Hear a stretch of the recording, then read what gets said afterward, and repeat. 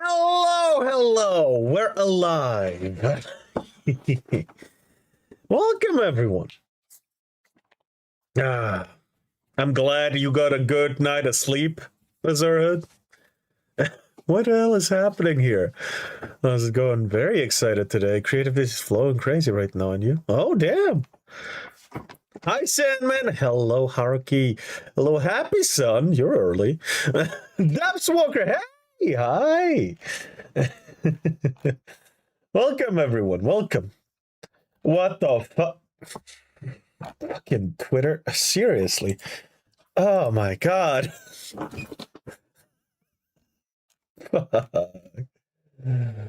uh, it's my day off. Why is your mic bad again? I don't know why. It just keeps resetting. It just keeps resetting for whatever reason. Also, thank you for telling me. But you're supposed to stay this way, microphone. The fuck are you doing, bro? I played fucking Night Rain yesterday evening. That explains it. The mod is making my microphone settings broken. Black Ops 3 does the same thing, by the way. So, you know.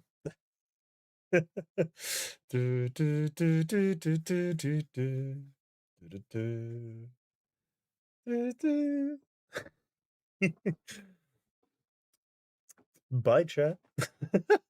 What's up, chat? Fucking Papakin. What? Why? Fuck off. Holy shit. What am I seeing on fucking Twitter right now? Also? This is a skill issue I currently have. I can't sleep well recently. Oh. It's not the worst thing, but it is a pain in my ass. Damn.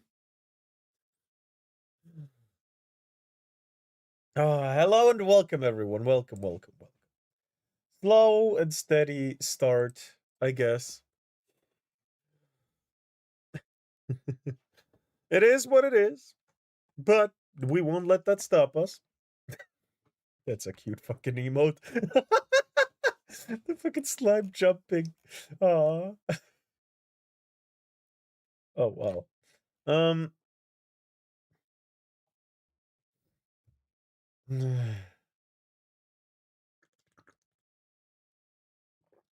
You love leave modes? Hell yeah. True. Very true.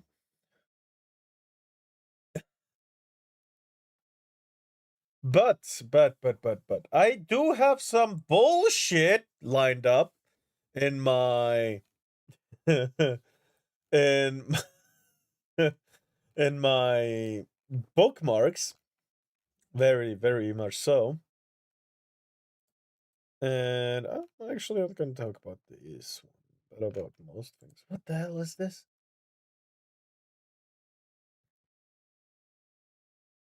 God damn. You're seeing hell on Twitter, Mumi? Yes. But first things first, this post again from yesterday. I think it's just funny. It just works. You know, it just works.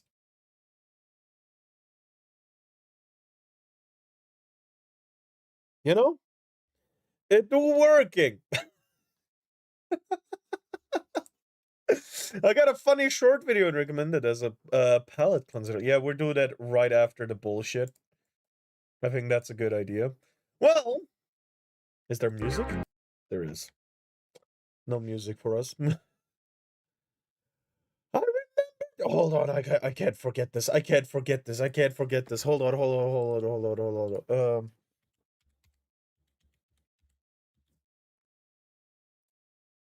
Nice. Okay, got that one down.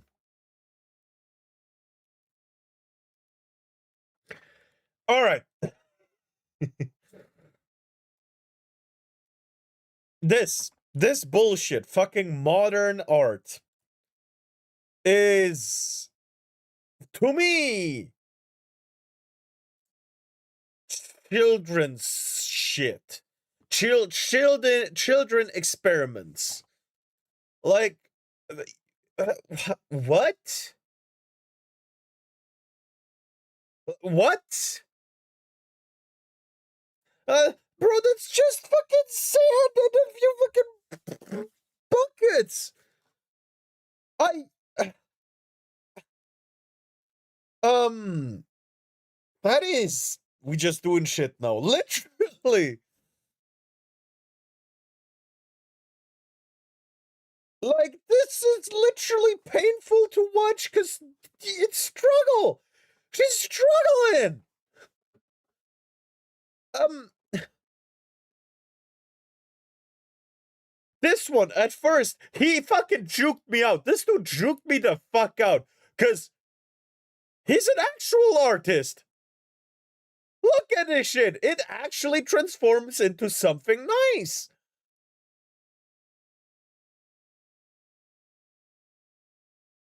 Goddamn. Yes, this is abstract art that looks good. Holy fuck. Look at this. Okay, that's good. Right?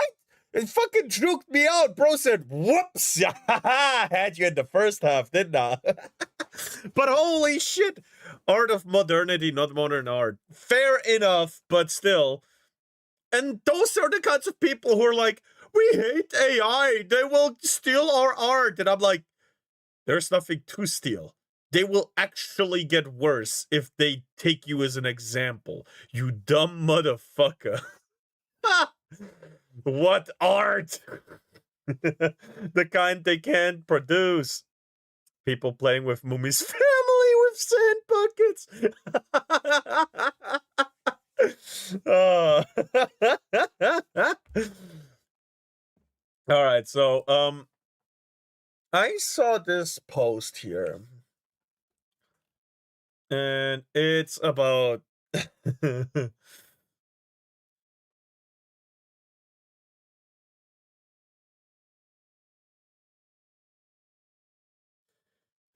I'll not show the first post because I don't want to get into that yet. But this here I can talk about. Conquered, not stolen.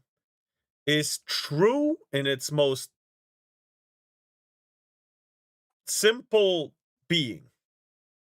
By the way, that is also a very wrong description as a photo because that only happened in war times. That looks like an execution, right? Also, I'm gonna put that away because of blood and shit. That is just hello. Not accurate, right? We did study in school. We studied a little bit of American history, especially the times where the colonization happened.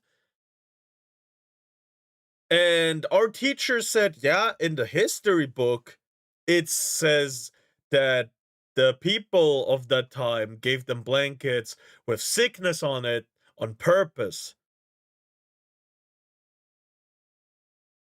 But the teacher also said, but I have to tell you this because I would feel bad if I didn't.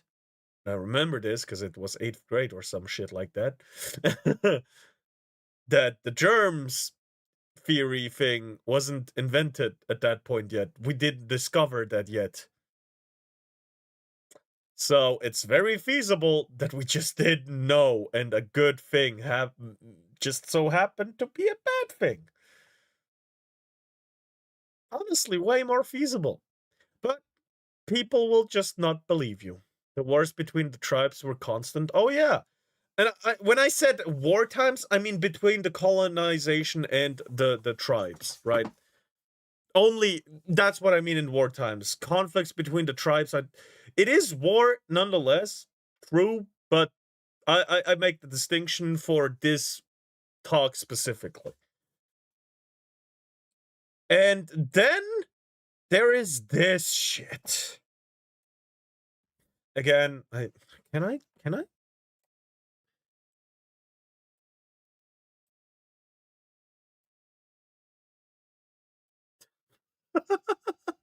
All right. That's good enough. That's good enough. Sorry. Conquered is literally just stolen, but you want to make genocide and slavery sound badass instead of evil. Yes, slavery is evil, but it had what? What does fucking America? How long did they have slaves for? Like, ever since it's been established, how long did you guys have slaves for? Was it abolished in, like, what, 1870s? I don't remember properly, but 19 something? 18 something? Long time. Yeah, it's been a while, right?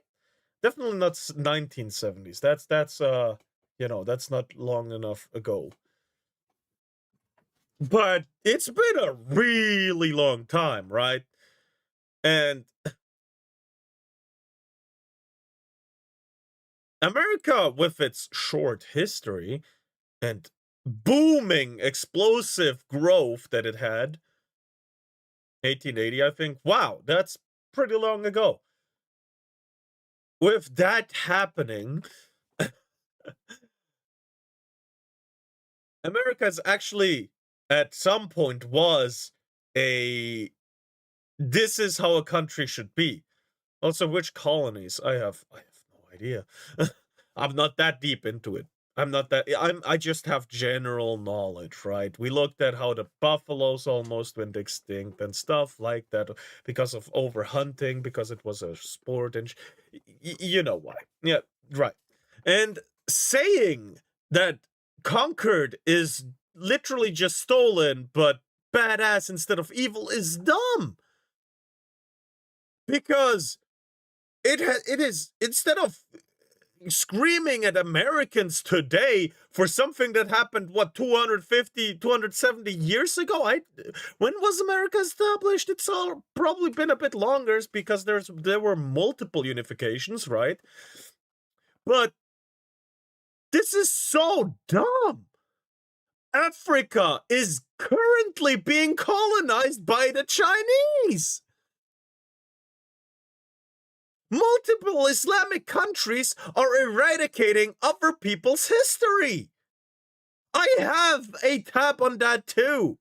It is so dumb. America was established 1776.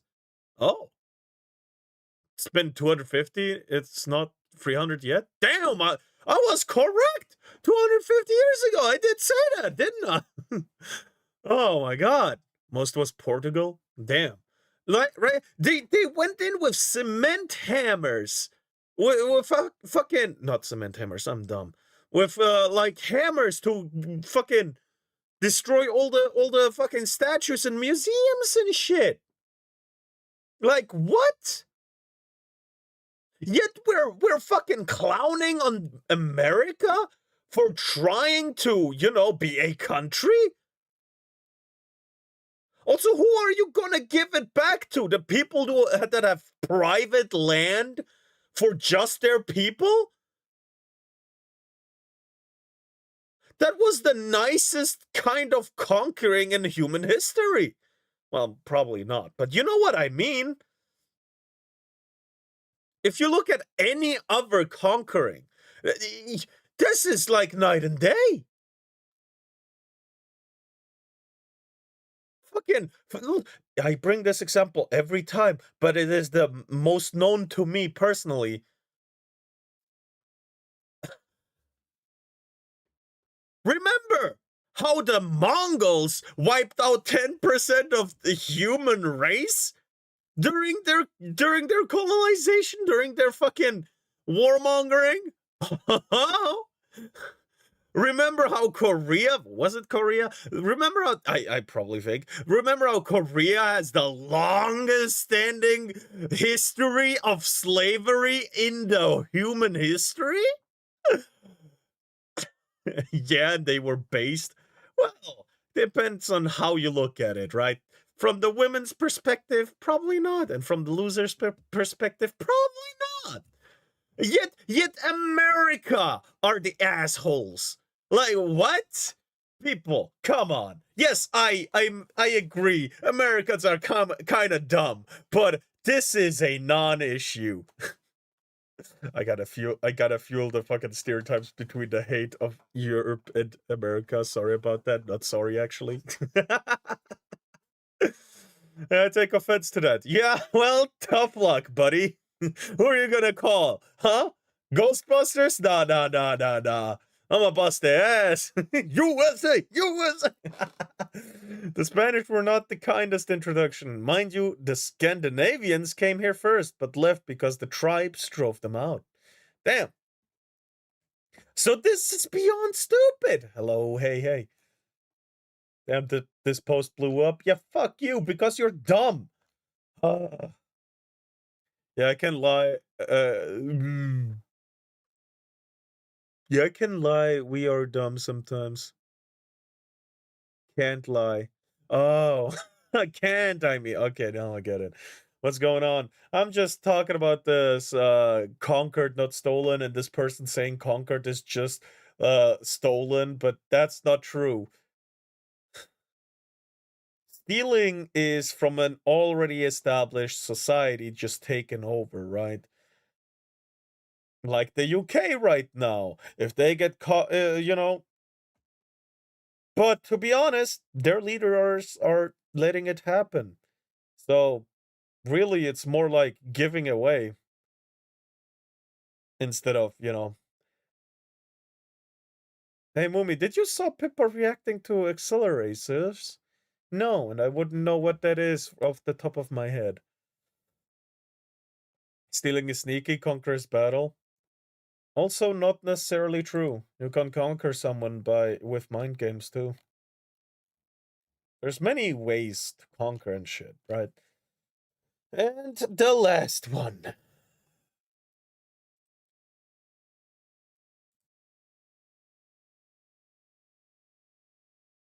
This is just beyond. You don't know about Hot Wheels accelerators? No. Not of. I can't picture anything in my mind when that comes to, when you say that. Ritual sacrificing and all? I have missed so many fucking chats, but I have to get all these things real quick through. We don't need this one anymore. So, we have a white person. Race in this context actually matters because it is about race. So, don't blame me. It's the post. You're all stupid. 13% commit 53% of murders. Per capita proves you're monsters. Bro, you got 6 times more people than us. Same crime happens, your pile swallows it. Ours makes it look huge. Ours makes it look huge. That's division, not dense destiny. What? Yeah, in 2023, FBI says whites did 56% of known murders anyway. So congrats, you're the majority killer. Now go learn math.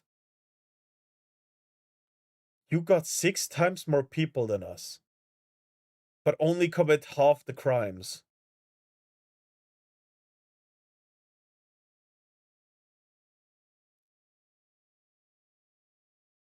Right? This doesn't make fucking sense. Right? We're going to start comparing bloodshed. No one's fucking clean. Of course not.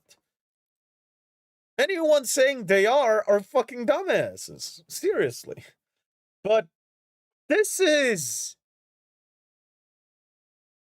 Right? No one else sees the issue here, right? This is population, right? So 6 times the population, but only 50% of the crimes. How does that work? How does that work? So you cut off here, right here, right? That part goes to fucking prison. Here you cut off half.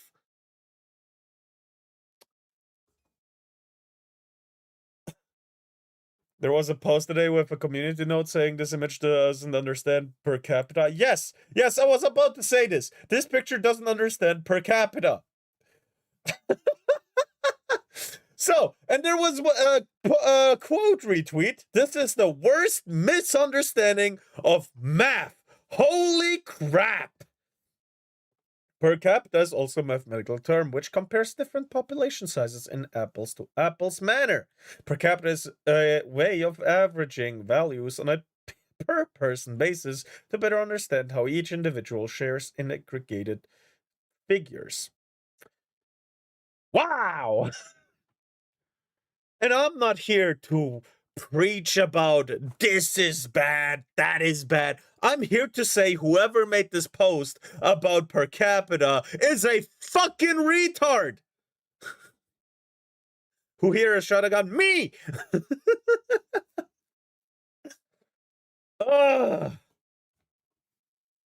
Small and mid-sized calibers, by the way. That's what I've shot so far. Oh my god. So dumb. So fucking stupid. Holy shit. I lost brain cells when I saw this. Oh. It's amazing how much leftist discourse is just them pretending not to understand things, thus making discourse impossible. Indeed, pray for me as I take the long and arduous journey to read this left-wing meme. Oh my god. Curious. Tell them about per capita. I'm getting to it.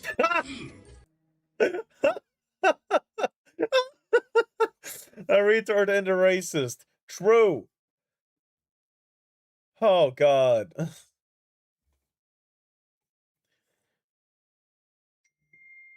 Bro, what the fuck is this? Fucking... I love Space King. He's pretty great. I haven't seen a full video of him yet, though. That's probably something I should do soon. Oh, I'm done. I'm through with the bullshit. I'm through with the bullshit.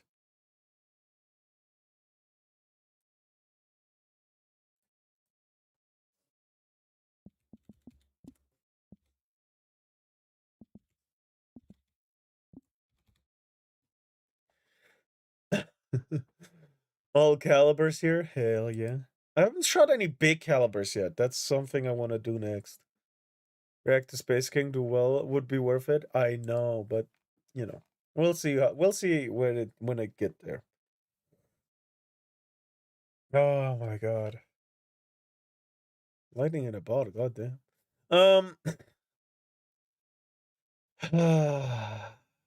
Do a shotgun? How the fuck do you do a shotgun? Did I jump scare you? Yeah, I bet I did. You coward. Fuck you, bitch. Nearly fell asleep without saying the cheer one. Fuck you too and good night, monkey. Have a good night. Funny you mentioned calibers. Are you gonna talk about tits? What are we doing today? Hello, Skoroto. Hello, welcome. Wait, hello. Olox Grotto. That's probably how you pronounce it.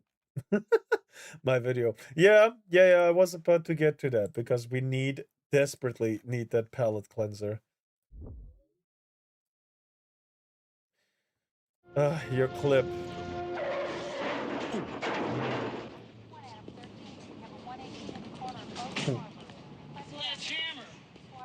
What's going on? I gotta get to work. I've got a sniper on that roof. Huh. No good yogurt-eating freak. Building evacuated? Yeah. We got vermin on the roof. But I got an idea. Who are you talking to? Nobody. Just nobody. You fucking Blue's Clues head ass. Does he just not? Oh. I love violence. That's a bazooka. That's a portable bazooka right there. Also, the sniper can't aim for shit.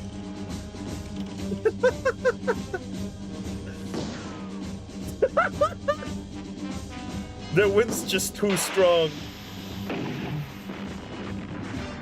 I know he just... I think I got him.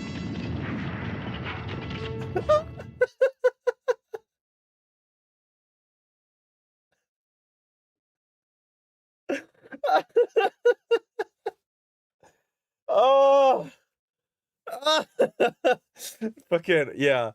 You know, he didn't just shoot off the corner of the building. No. The building's gotta go. This clip was made by Unrayo Chacha, 1981. You know, check him out if you will. Great fucking clip. The show is Sledgehammer. I can't imagine. I heard the guy be called Sledgehammer. I will link it if you want to see it on your own time or something. Here, and here. Pippa's reaction is on her channel.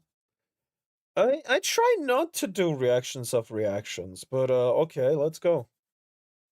I can make an exception. It's not that long. Yeah. Biba.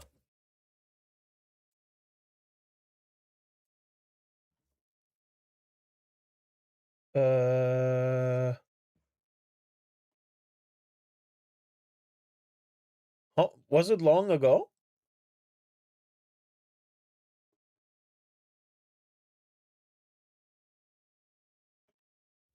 How are you gonna let him just delete the building? You're on what? Having aim worse than a stormtrooper. This is where the stormtroopers originated from. His DNA somehow got mixed up. Gotta go for a bit. See ya. Goodbye, Halo guy. See you later. So what is the reaction called? What is the Pippa reaction called? Hold on.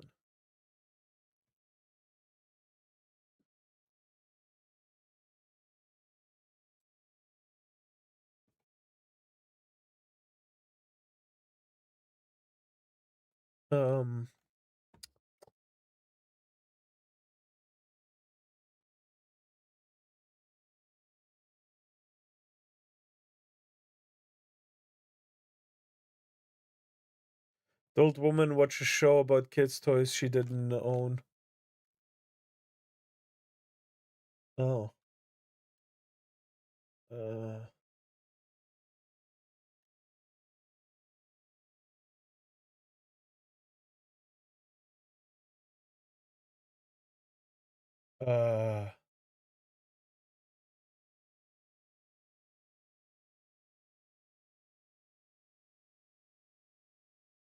How long was it ago?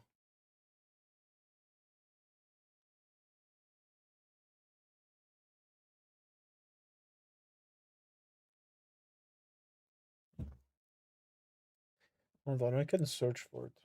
Adult woman. Oh, it's a fucking VOD though.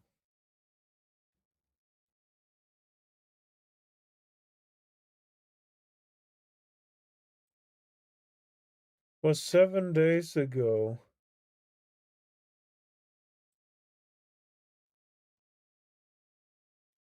The stream was 7 days ago. There's no short thing to it though. Oh, you want me to watch the stream? Oh, I thought it was a video.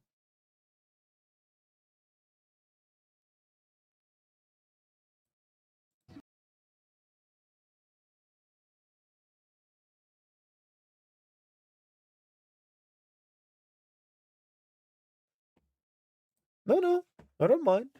I don't mind. I didn't know it was like that.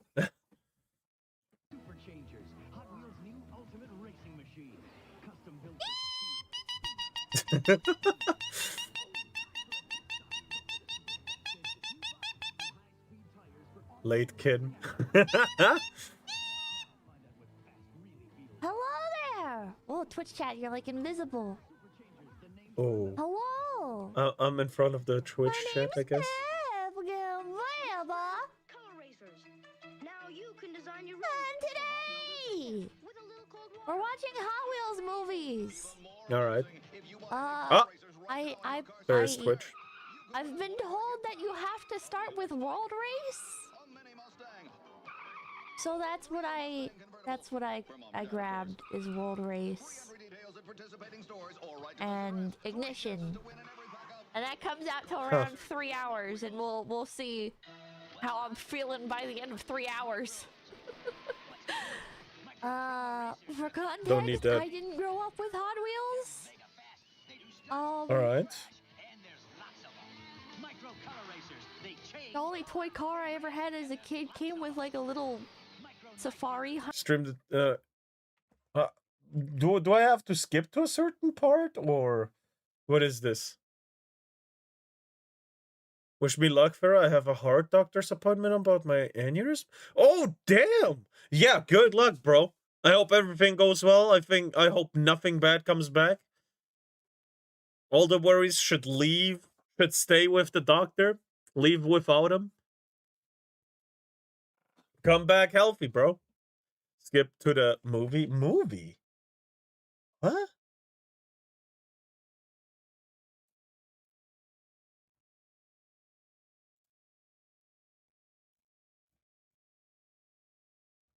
There's no timestamps. Damn.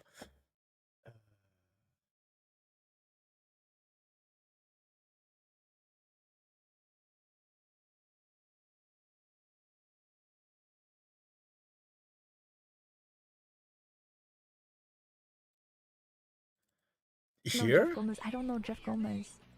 Hold on. The funny thing is that I was born with it and they didn't even catch it until I was 18. God damn. But that do happen a lot somehow. Sometimes you just don't get the right test until it's too late. Sometimes it's kind of sad, but I hope you come back without issue, bro. All right. It's been 10 minutes. Oh? Let's send it. Start it. All right. For those of you who are new here, that thing up in the top is my quail cam. That's my pet quail. Oh. Floor it. She doesn't know the Jeff Gomez. I don't. Yeah, who would? Is this footage from the video game? Is this... You guys said there's a game. Is this what the actual game looks like? Oh my god. Oh, I can still live life to the fullest. I just have to be careful about how much I eat. Can't eat as much as I used to because I used to eat like 5 or even 7 times a day. Oh, okay. Hello, Zach. Now I have to eat 3 to 5 times a day. All right. No, I get that. No, I just hope everything comes back normal. Get what you want. Like how Mumi doesn't watch all of my videos I recommend. True. True. He gets fucking olived. He gets olived. Azurha just gets, you know... Bad for you, Mummy? Not watching Hot Wheels Accelerations as a kid? Sounds like hell. It was the jam back in the day. Hey. I had Power Rangers, 3 different ones somehow. And Lego Ninjago, fucking what else? You know, all the Nickelodeon stuff. Nick stuff before it got renamed to Nickelodeon.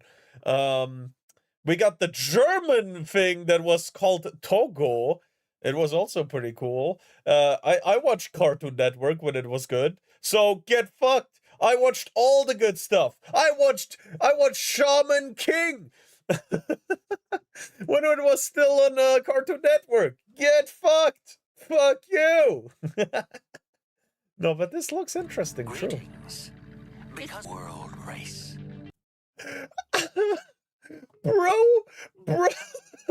Bro completes his fucking driver's license, gets picked for a World Racer Cup because he's the #1 in skateboarding.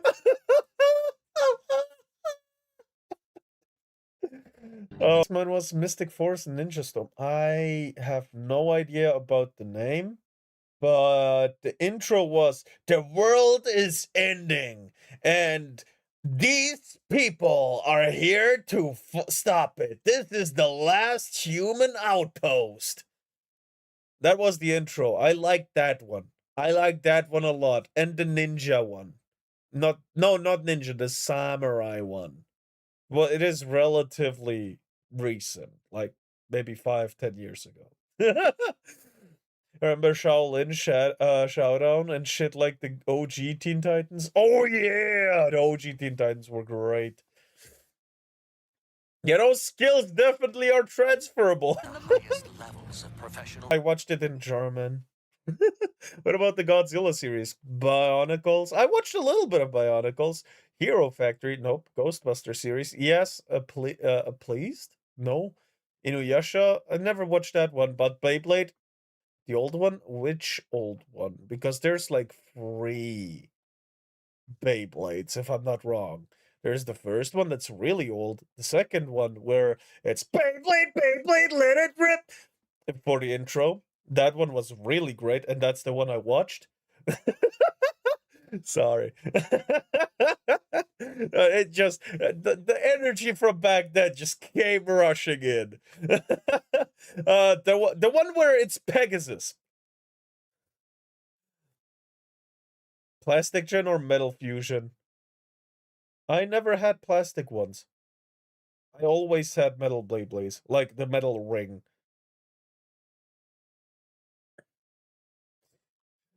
The first one, the Let's Beyblade.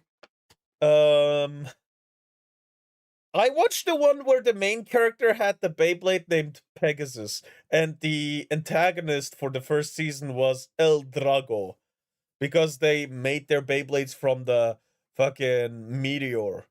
Remember Metal Fusion? That's the one I watched. I don't think that matters if you're 16, right? Oh, you can have a full license at 16? Welcome to the handler proving ground. JC Scott, thank you. Picard, you're too. Thanks for watching. That's such a dumb fucking door. No problem. Cobra Dragon, they were the vibe. When did he cheat his car? I have this car. Do I still have it? Hold on. Do I still have it? Where are my fucking... I still have some left over. Fuck, where are my Hot Wheels? No! No! I only have my fucking airplanes. Oh, there is a car, but it's not this one.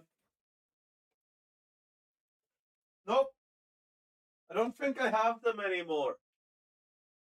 No! I think I have this one! I think I had that one! The one that he just drove, the purple one! Some society. Keep switching between early full 3D modeling and cell shading. Physics has left the building! This fast. More fossil link to the 20 car for has the US special assorted. equipment to handle a different type. Hold of on. terrain. What the fuck? The cars I call I also... Did I have this one? Looks like a little bit like a desert. scorpion, right? Yeah, I had this one! I had this one! No, this one I'm 100% sure. I don't have it anymore, but I had this one. I am 100% sure. But it wasn't my favorite. My favorite car was like this ball meteor shape kind of thing, where it just had one giant turbine exhaust. And remind you, he had his driver's exam today. I believe I had something similar at least. I'm not gonna lie. the track exists in a different dimension from our own. A Aliens. dimension you won't see until the race begins. Because I was getting all. I was. How long is this gonna be? Oh. I think we'll leave it at this. I had my nostalgia part. It's fine.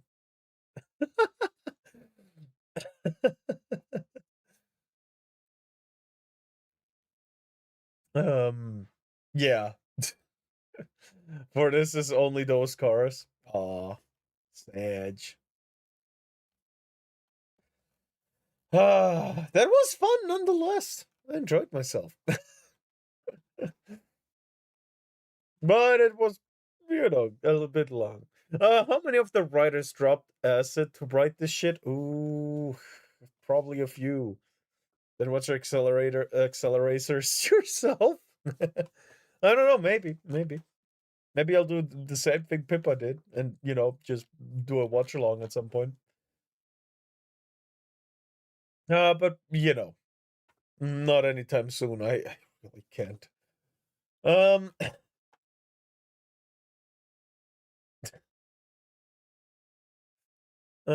What else do we have here?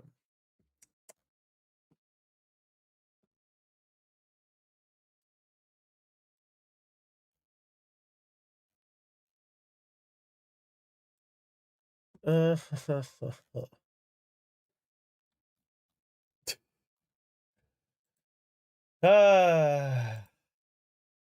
did see something interesting. Oh yeah, and I was close to a mental breakdown. Don't know why though. Maybe some thoughts I had. Damn. During D&D. I hope you get better soon, bro. Hold on.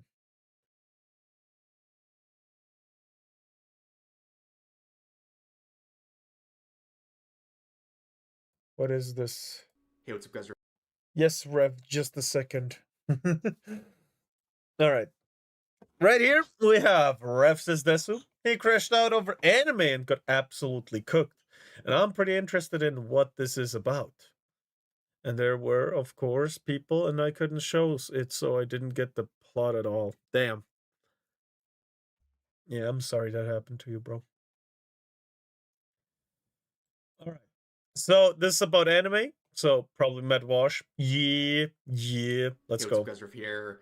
So today we're going to be looking at yet another example of a cultural or political movement that is being derailed by a weird hyperfixation on a complete non-issue. In this case, it is anime.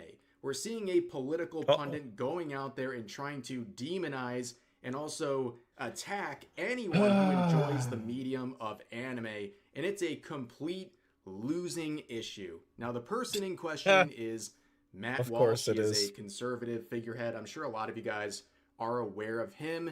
And whether you like the guy or not, he has a very big issue with anime. Now, I will say, back in 2024, I saw his movie Am I Racist in theaters. I thought it was very funny. What? He basically went undercover and went into these DEI-related programs and practices and exposed them as not only embarrassing virtue signalers, but also just complete fraudsters. And spoiler alert, the ending scene is just the chef's kiss, where he interviews the author of the book White Fragility, and basically using her own virtue signaling, convinces her to open up her wallet and give like $20 over to his black co-producer as a form of reparations. It was really, really funny. What? But the problem, like I said, is that when it comes to anime, he has a very big issue with it, and it's a hill. Hold on. Regardless of what's gonna come next, that is a big fucking W right there.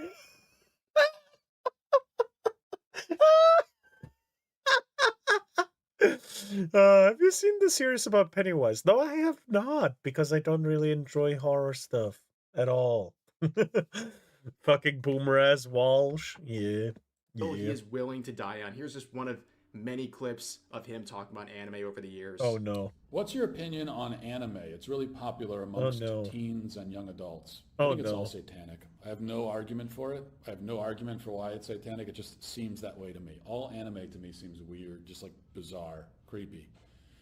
And okay. In general, I don't think that adults should be, whether it's anime or any other kind of cartoon, with rare exception, adults really should be watching cartoons in general, I would say. Now, of course, it's... That seems like a okay take to have, like opinion rather. As long as it's like you don't force it on people, whatever, you don't have to like an anime. And as long as you don't demonize others for liking it, it's fine. But we're probably not here for this clip, but a meltdown he had, huh? Uh-oh. Just all vibes and feelings, right? He can't even really describe why it's demonic and why it's so separate from any... I think I don't know what's gonna come next, right? I have no idea. So, Rev does, so he's probably already judging based off of that. But as far as I see, yeah, he's just a boomer, and that's okay. He's allowed to be a boomer. Twitter a few days ago. Anime is a descendant of American animation, so it's a good example of a healthy cultural exchange. Yeah. I listened to the VOD. Yeah, I've been there in the VOD Fox stream. So let's see. Medium, but a lot of people try to defend what he's saying by saying it's irony, right? He's behind so many layers of irony. We don't even know if he's serious. No, he's just a boomer. The problem is he has many more layers of him seething about anime. He's been seething about anime for many years, and it just seems like just such looks like he's a boomer hill to die on, and he's doing it once again. So he begins with this post where people are talking about sports and trying to basically say sports are not important to American culture, where he responds with this saying, "This is why I get so annoyed at the dumb conservatives who denigrate sports ball or whatever. Sports are a fundamental part of culture just like art. You can't pretend that you want to preserve American culture while at the same time totally dismissing these elements of culture. You don't have to be a fan of any particular sport, but to write off the whole thing as beneath you just makes you a pretentious dork at best or a nihilist at worst." He described himself with anime.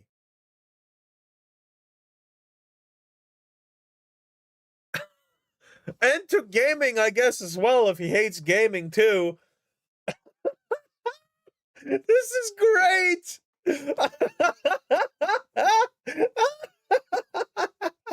Or both. And honestly, I agree. Okay, I think that is a fair point. But you can see, there's a question here, and a very fair one based on his posting history. Apply this same logic, Matt, to how you feel about video games, anime, nerd culture, etc. No, hold on. How about Doctor Who? I didn't watch the series itself, or any of them, actually. I knew about him existing and always knew a little bit about it. And I only know about Doctor Who series because of YouTube shorts. I'm sorry, not sorry. I was there when it was that live. Being boomer isn't as much of a generational marker, but a mindset. Yeah, that's what I was talking about too. So sad that they did Doctor Who. What they did to Doctor Who? Oh. And of course, it goes off the rails. He says this with immense backlash. You can see getting more comments than likes, where he says anime is not a fundamental part of American culture, and I really shouldn't have to explain why. Now, of course, he is ignoring the fact that anime is quite literally mainstream in America, whether that's a good thing or not. You know, we see a lot of tourists, a lot of people who watch, 2 anime and claim they're the biggest anime fans ever, but it is happening, right? Things have changed, okay? I remember back in the day, it was so rare to find any sort of anime merchandise at any store. You had to go to like a really specific hobby-related store, a nerd-type store to find anything with anime.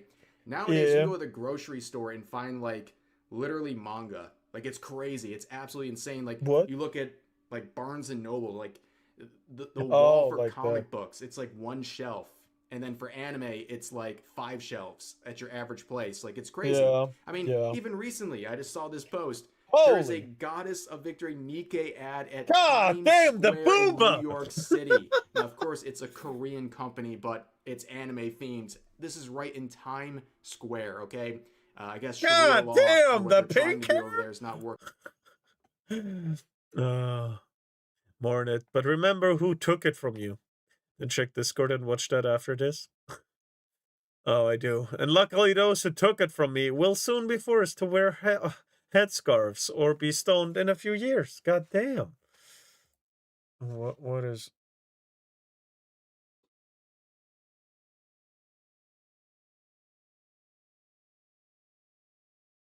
Alright. working out too well if that's going to be broadcasted in front of the entire city. But anyways, you can see this post. This individual said, there's still time for Matt Walsh to renounce his hatred of anime before the curse of counter-signaling eventually comes for him. And this was posted literally 2 weeks ago. And the same user quoted it saying, "It's not looking good." Yeah, unfortunately, that is the route he went with, and people are roasting him in the comments and quotes. We'll read a few of the comments and we'll look at some of the quotes that kind of dive into this a little bit more deep. You can see this. Not just anime then, the other things still apply. It's a fundamental part of modern right-wing culture, but you're also ignoring the other examples he listed because you're not interested in engaging honestly on the subject. I love that you ignored the other bits, and I love how myopic you are, not even thinking about how anime has influenced the nerd culture and growth of gaming and storytelling done here at home. Because it's entertaining, that's actually worth watching and still good. Shut up, I really shouldn't have to explain why. I am thoroughly convinced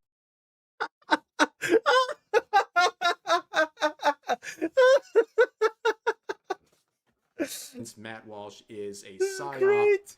The fucking shut up, Matt! I really shouldn't have to explain why. I love that. And the absolutely worthless slop that Hollywood has produced in the last 20 years is anime fans on a basket weaving forum got Trump elected. You should thank them for your career. Anime is not a fundamental part of American culture. Is that so? Then explain this, libtard. Next one down here. Imagine thinking sports ball is more important to Western culture than this. Yes, amazing.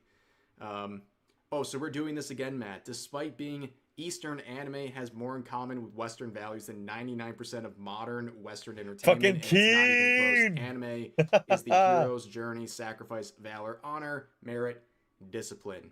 Now let's look at some of the quotes. You can see this right here. It's so good! The fucking backlash! Not a good thing, but I get the meaning. We need a Reconquista and Second Renaissance. I really hope Restore works. I mean, Nikkei is the tamer option. Looks nervously at the boat women game.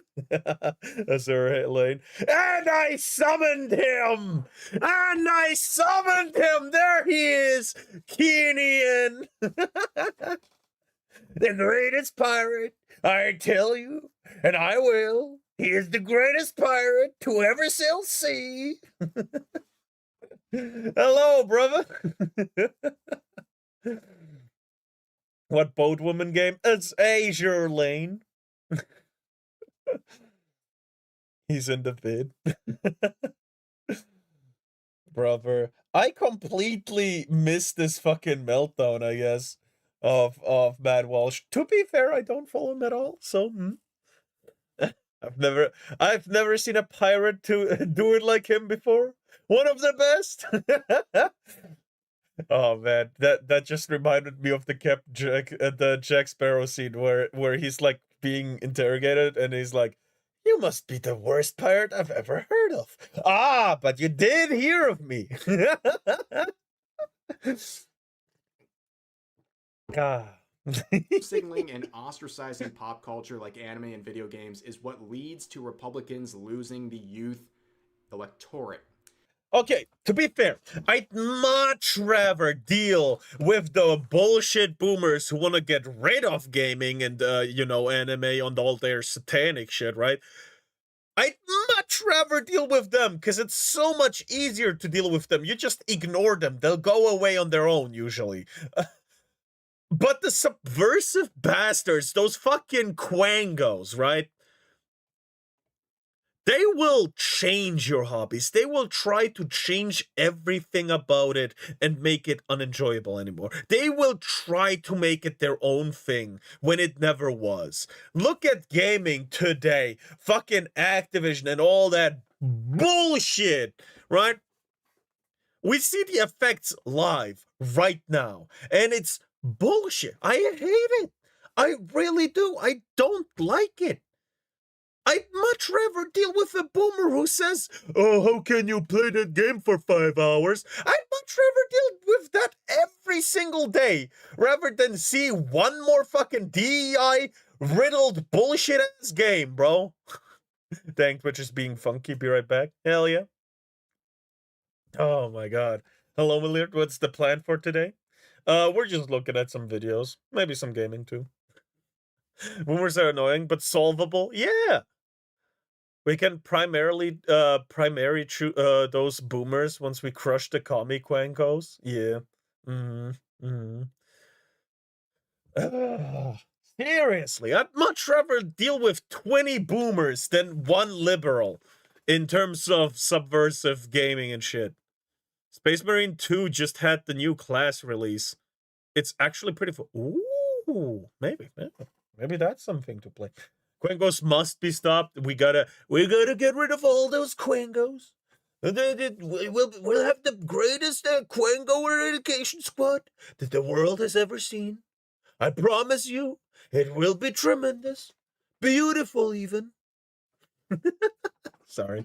Anyway, let's go. This person also says down here, oh, that dude again with his random anime hate tweet did an anime profile picture ratio him once and he can't let it go. I don't understand why he has a hate boner for anime. Yeah, many such cases, okay? People getting ratioed by an anime profile picture. Also, Stray Wolf? Never forgetting about it. We've seen many cases, but this is a very, very good point right here, okay? Just look at this. Like, why would you ostracize so many people by attacking anime? Like, what good does this serve any movement of yours? Right here. Hold on. Just before he explains it more, reading. I'm trying to start a trend of putting Walsh into our AI videos. Give him the Pippa treatment. Troll him with wholesomeness. Make it as American as possible in anime style. So you put down turrets and stuff. It's pretty cool. Goddamn. All right, anyway, let's see what the... Did I get it? I think I got it. Fucking fly in front of my face, bro. You can see that according to this Polygon data, 42% of Gen Z in America watch anime regularly. Even better, Netflix says that half of their subscribers have watched anime. Japanese market firm Deadsu said that 36% of Americans watch anime weekly. Damn. And like Crunchyroll or not, they have 18 million global subscribers. And of course, recently we had the Demon... My normie-ass fucking coworkers watched animes. Right? They don't, like, know animes off the top of their head. I usually have to, like, get it out of them. But my one of my coworkers watched fucking Attack on Titan. Like, what the fuck? So the turrets are static locations, but they are super OP. The Tech Marine's ability is the shoulder gun. Ooh, you kind of fight them in the zones? God damn. I was excited for Gate 2. I have no idea what that is. Film that grossed over $600 million yep. globally.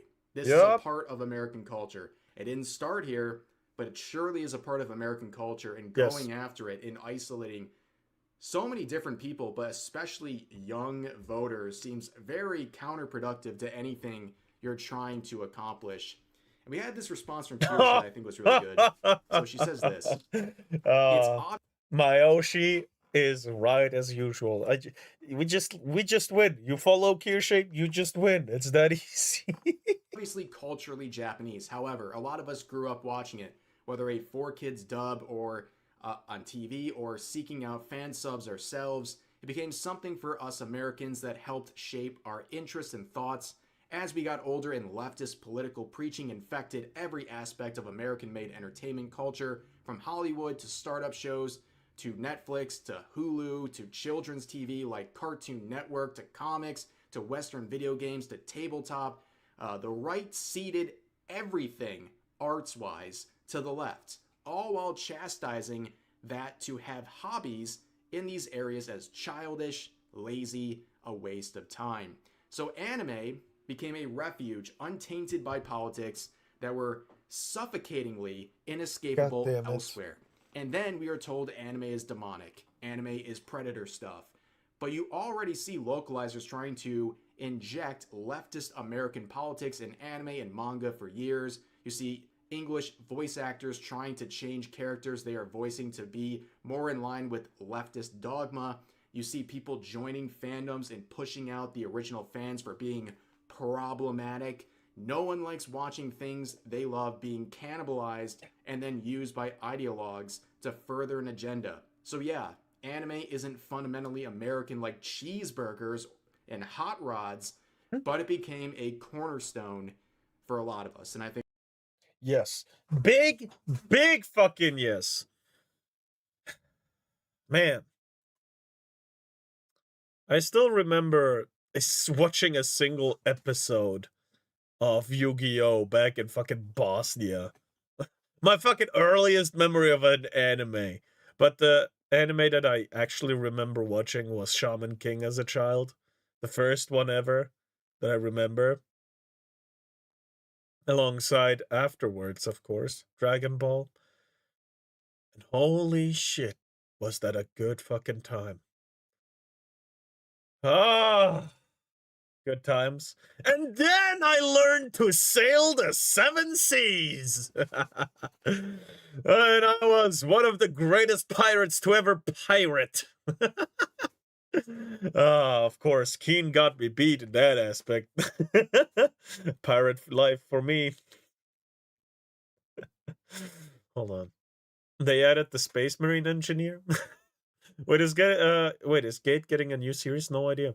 Attack on Titan was my younger brother's introduction to anime. Yep, I can see it now. Team Fortress 40k. I wish the turrets are pre-placed on the map. The engineer can just activate and monitor it. Ah. Yes, though it's not the same gang. It's gonna be about battles between warships and submarines. What the fuck? Okay. a lot of people really resonate with this. If you've been an anime fan and you're an American, not just American, probably many different countries have the same. Almost all fucking Western countries have the same boomers with the same problems, bro. My father was the same. Like, how can you stare at your phone for hours? And then I ask him, well, how can you watch a football game for 3 hours straight? I'm getting bored just watching the first 5 minutes. And he's like, well, the football is only one season a year. And I'm like,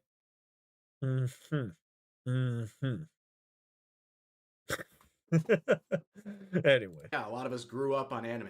And it feels like anything else. It has been adopted into American culture. Just because it didn't start here doesn't mean it's not a part of our culture as well. And a lot of people have formed their hobbies and their interests all around anime. It's not a surprise. And again, why are we isolating so many people on such what should be a very simple situation? It shouldn't be an issue. It shouldn't be raised. It's not going to help any sort of movement someone like Matt Walsh is trying to push forward. And also her comment about all of this stuff being infected. Yeah, the localizers are now infecting anime. It was like the last bastion of hope for many, where it seemed largely untouched by all this woke nonsense, but we get crap like this. And I bring this up and it makes people see. Oh god, subs. What's with that outfit? What are you wearing that for? Everyone was always saying something to me, so I tried toning down the exposure. How is it? Oh, those pesky patriarchal societal demands were getting on my nerves, so I changed clothes. What the fuck? You should try changing your body next. Give it a week, they'll be begging you to change back. What the fuck?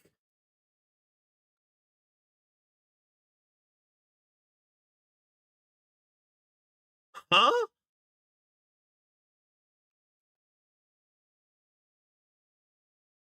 What are those lines? Stop. Merry Holiday? Yeah. That shit too. Gate is an anime about a gate opening in Japan into a magical world that invades Japan, and the Japanese military goes through that gate and tries to secure the magical world. Oh yeah, that one with Rory Mercury. Yeah. I remember. Hello, Mumi. Today was the funniest blooper in all of my career. Hell yeah. Happy for you. I guess I'll see it someday. Remember that? Classic Jamie Marchi. God damn it. You know, all the usual suspects. Oh, this is, you guys always bring up this Miss Kobayashi's Dragon Maid example. Well, yeah, because it's the most blatant one. This stuff happens all the time. There are plenty of localizations of anime and manga that are completely inappropriate and completely misrepresent what actually was said in the original dialogue. It misrepresents the intent of the author and injects their own political agenda into something they are vandalizing. And this is just a very clear-cut example where in the actual subtitles, the real translation, we have this dialogue. What's with the outfit? Everyone was saying something to me, so I tried toning down the exposure. How is it? You should try changing your body next, referring to the fact that she's busty. This is the Funimation dub. Can they control their human form? Can they, like, choose what they transform into in their human form? Is that what they said that? Or is it just a jab at her? Yo, Mumi, guess what? What? I bought a gaming PC too. What? Congrats on your PC, brother! It was actually created by the Japanese military for recruitment. So I'm wondering if this one is the same thing with them wanting to rearm. Just remembered something. I'll say it after the video. We all nod. It's deleted, but I will tell it to you because it was funny. Too bad she voices my favorite anime woman, who is also canonically my wife. Junko Enoshima? I know that name. Junko. Fuck.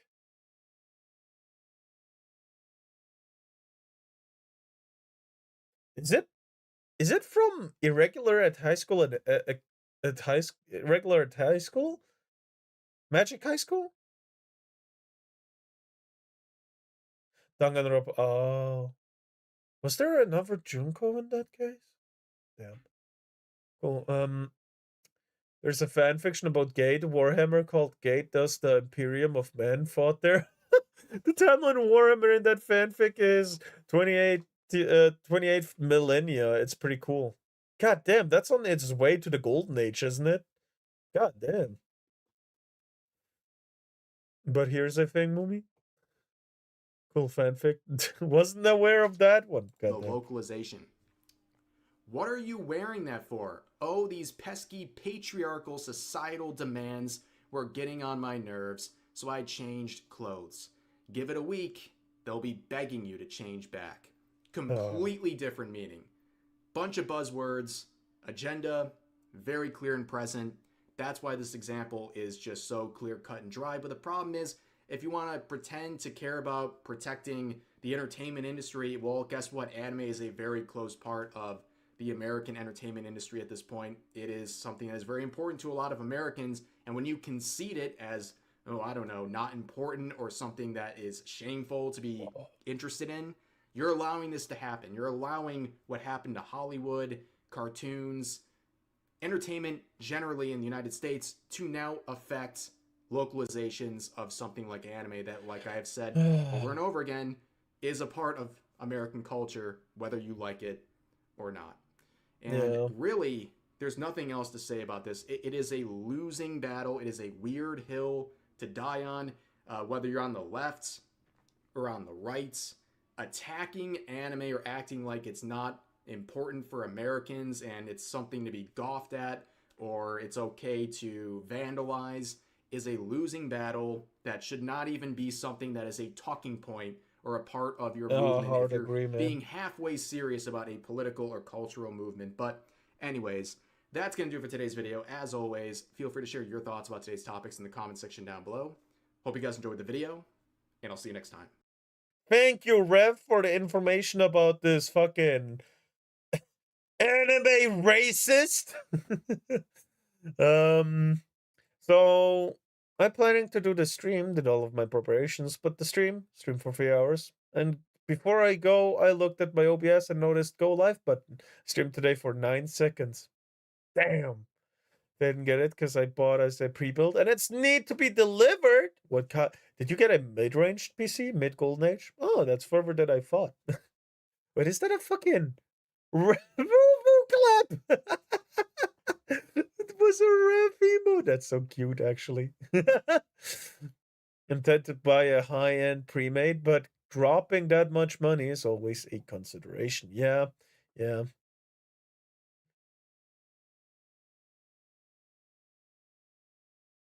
YouTube chat is working for me, at least. Okay. Anyway.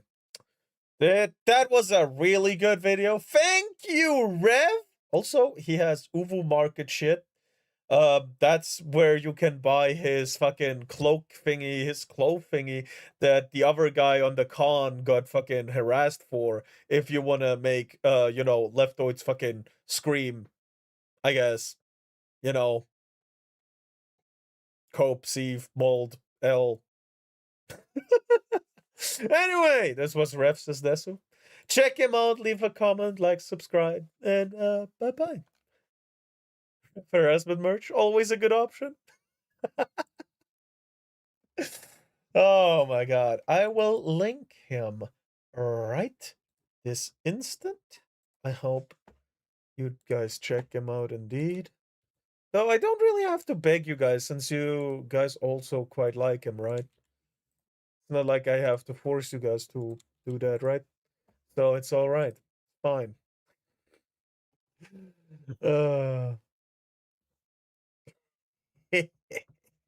But I can do something real quick. I can log back in Epidemic Sounds. Accept. Login. Continue with Google. It should be this one, right? And if I go to save, we got music. Oh, that's loud.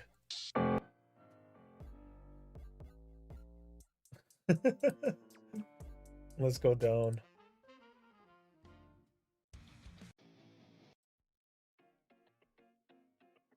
There we go.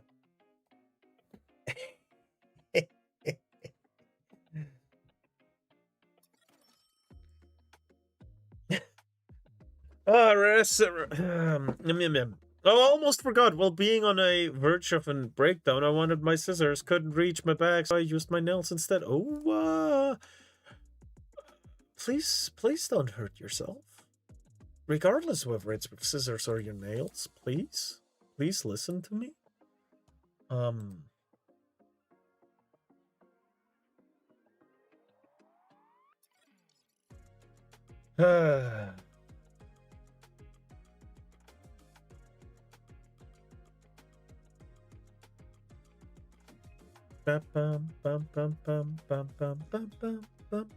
Didn't get it because I bought as a pre-build and it's need to be delivered.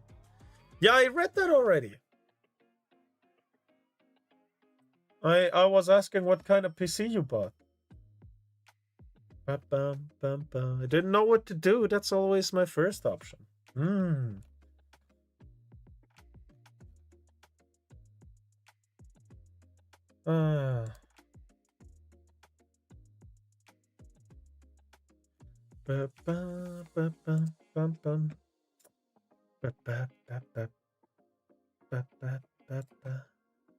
But what else can we do today? Didn't know what to do. That's always my first option. I understand, since it's something you made yourself get used to, but it's really not something good, right? Maybe other alternatives are better, like getting a gum, you know, or a stress ball even. Slowly getting better at drawing. Got 3 comic pages done in 2 weeks. It's not because I was bad, I was just lazy. We improving on everything here. Let's go. But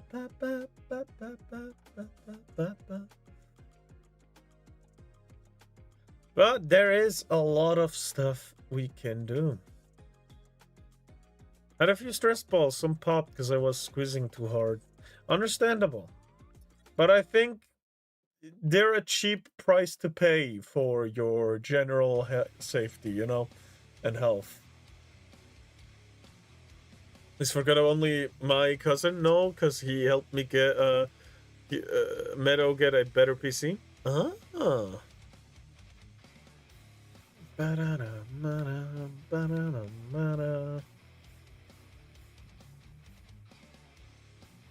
Check the Discord and watch that. Oh yeah, right. That's something I want to see. Oh god, what is this? Let's stop that right there. All right, so we have here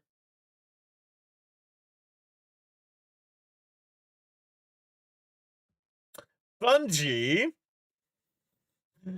and his video with Doctor Who, politics over substance. So let's see what this is about. It's about Doctor Who, I know, but still, let's see.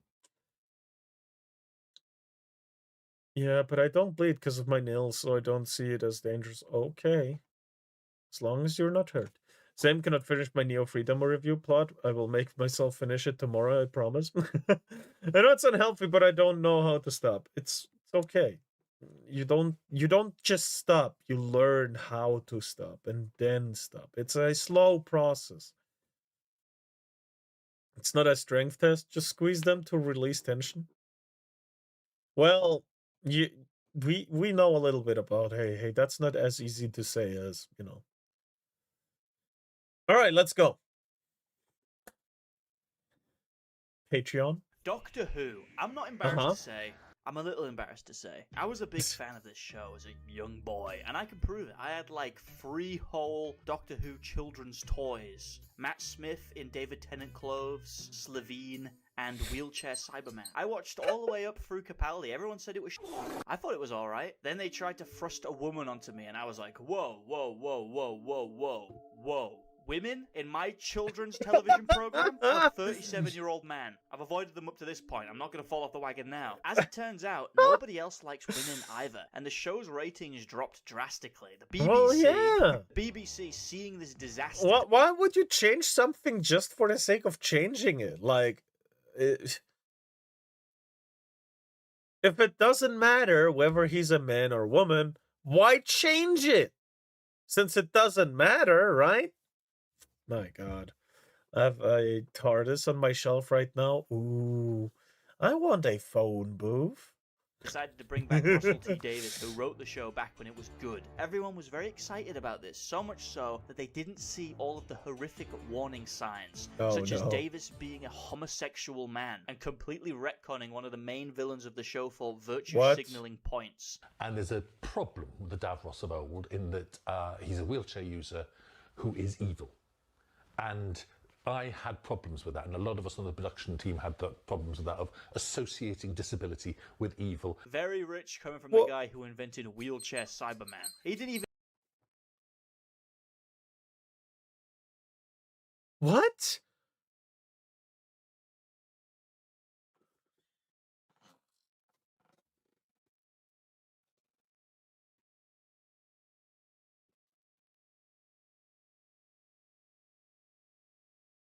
What?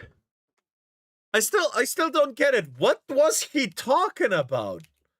In that he's a wheelchair user, and there's a problem with the Davros of old in that he's a wheelchair user who is evil.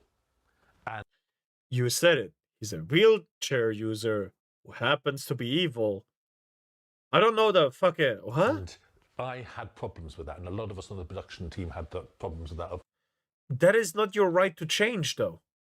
It's already established. Stop.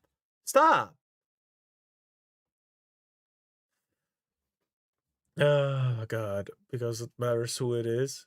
Can you guess why? E5 gaming PC. E5 F RTX 5060 Ti. Ooh, I think that's a pretty good card. 16 gigabytes. Windows 11 Pro. Oh, that is less good. Fucking Windows, bro. Wait, what? What a prick. I didn't even know that one. Idiot. What? Davros was evil before he got disabled. Yeah, but that doesn't matter. He's in a wheelchair and he's evil. That's what matters. He retconned the main villain. Wow. What indeed. That reminds me of one. Davros was an evil person who was in a wheelchair, not evil because he was in a wheelchair. Yeah. Associating disability.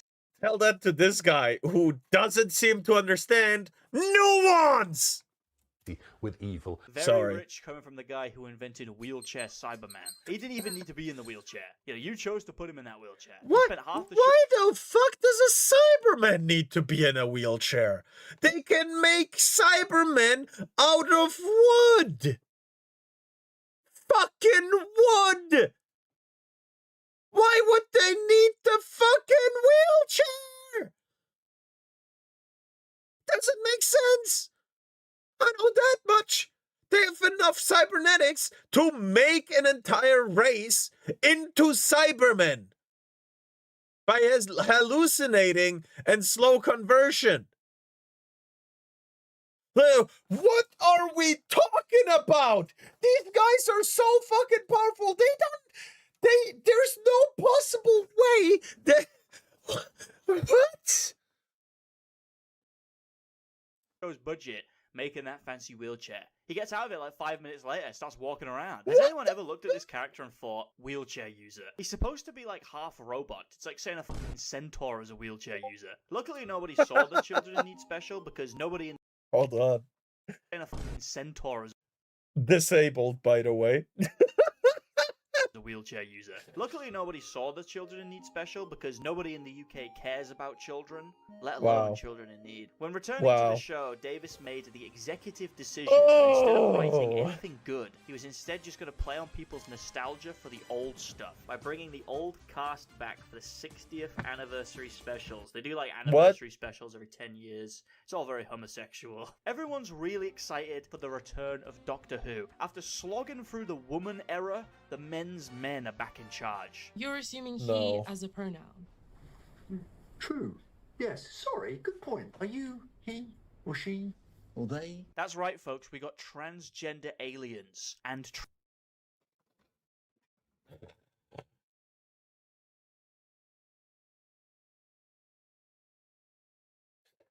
Isn't like almost every moment in Doctor Who like a we gotta survive, life-ending threat kind of thing, and time is of the essence, even though time travel is real, but if you time travel too much, there's like a time paradox that happens, so you can't always just rely on time travel, so you don't have infinite time, but you do, but it's difficult, and you don't, right? That's basically Doctor Who. Why the fuck do we have time for this? Is what I wanted, to come down to.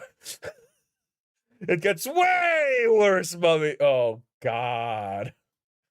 I'm gonna Pippa. Do not shoot up a Walmart. Davros made the Daleks what they are. Why did they make a Cyberman in a hover wheelchair? Oh. Transgender black people. Donna Noble's daughter is trans. You may be thinking, ooh, gross. Not my Doctor Who. My doctor was a transphobic racist. That's where I used to live when I was a little boy. When I was a little boy. Kill yourself. But they actually weave this into the story very efficiently. Let me tell you something. Back in the good old days, Donna gets hit by something called the meta crisis, which is a thing that I don't know what it is. But it gives her a bunch of eldritch knowledge. Then she gets her memory wiped and can't remember any of it, or she'll die. But that knowledge still exists, she just can't remember any of it. So when she had a son, the eldritch knowledge jumped from her to him, and he went crazy and he... What? Cut his dick off and became a woman. That's actually what seemingly Russell was going for. He was like bragging about it in an interview. I don't think you thought this through at all, Russell. Anyway, they say the fuck? So the only way you knew how to introduce a trans person is with eldritch knowledge, confusion, and dick cutting. Yeah, that is a writer L if I've ever seen one. Like, this is the most L I have ever seen for both sides. This is a L for everybody involved. Whether it be Doctor Who fans, fucking activists, this is beyond dumb. Like, holy fucking shit.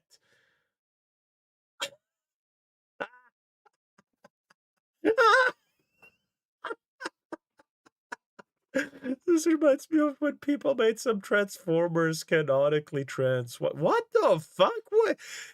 They're fucking bots, bro.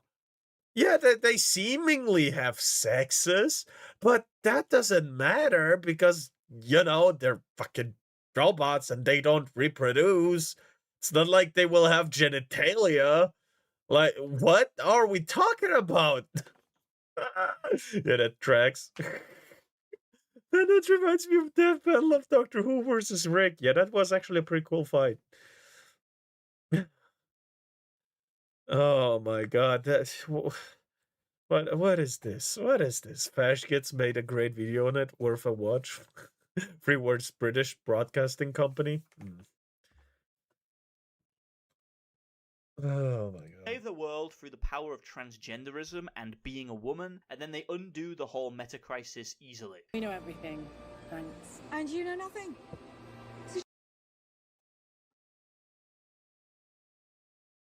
You know nothing, she said to Dr. Fucking Who?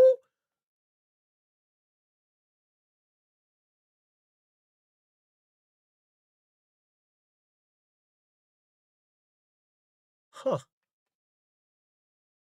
Huh.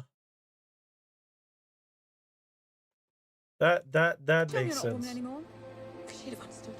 We've got all that power, but there is a way to get rid of it. Something a male-presenting Time Lord will never understand. Just let it go. And we choose to let it go.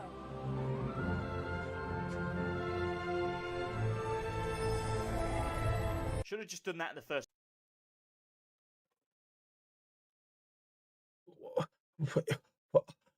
Huh?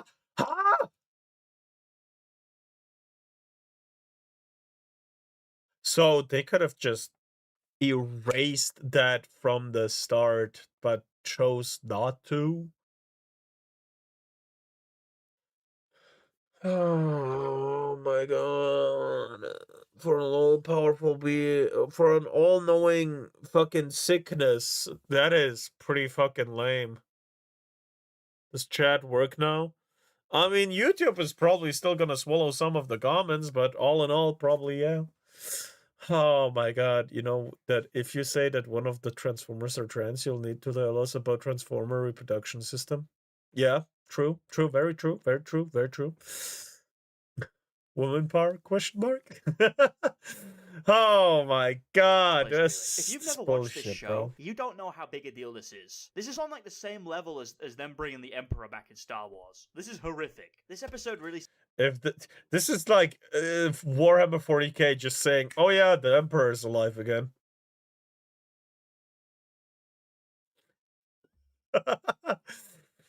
YouTube had one of mine earlier. Why I moved to Twitch? Yeah. Sorry about that. I can't do nothing about it.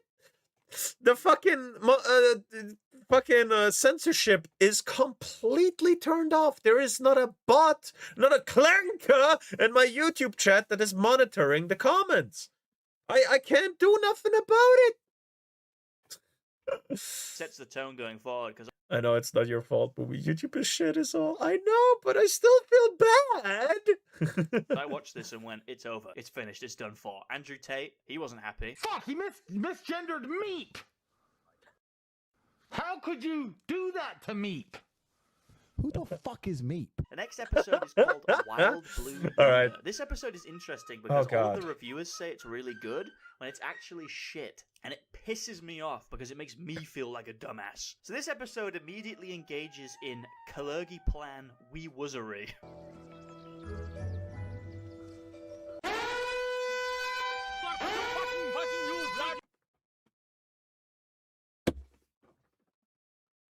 What? You know, why you gotta race swap everyone and everything? Right? Redheads got exchanged for black people. I guess British get exchanged for Indians. Or Pakistani. I don't really care, bro. But this is just... You know, I have very little issue when it's a masked hero. Like, for example, Spider-Man. I have very little issue because the messaging of Spider-Man is anyone can put on the mask. I think there, it doesn't matter who's behind the mask, right? The mask is the symbol, no matter who wears it. We learned that pretty early on. But this is some bullshit. Oh my god. The power of V reigns supreme. No, it's like them saying the Emperor is alive, by the way, and he also trans. Just got here, what were we watching? Doctor Who, but transified, I guess. No, politicized, more likely. I'm interested. Will they race swap the member of the clan? If you catch my drift. Are we gonna have Asian clan members?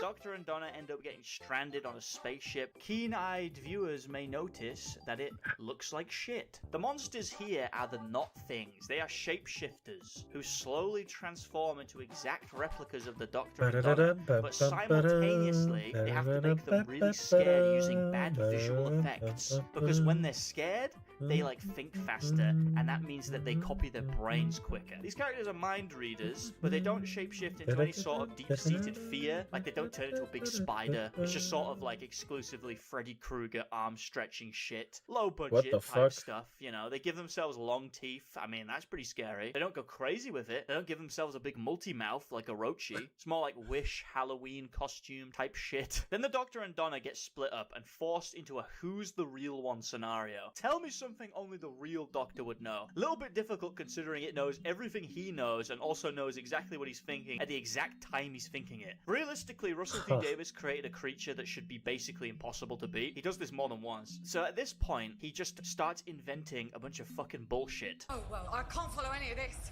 And that is proof. Because let's not pretend I'm the stupid one. You think you're stupid? Of course I do. That's very Donna. That's so Donna. That's my Donna. Except, Donna does not think she's stupid. Oh, I do. No. Donna thinks she's stupid, and sometimes she thinks she's brilliant. She thinks both.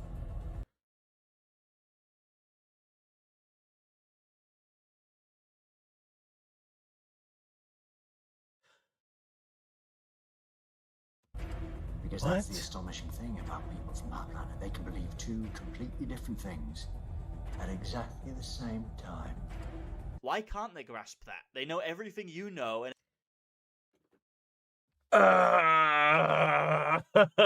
thinking is a propaganda thing, right? I mean, there was a black guy that infiltrated the KKK. Oh.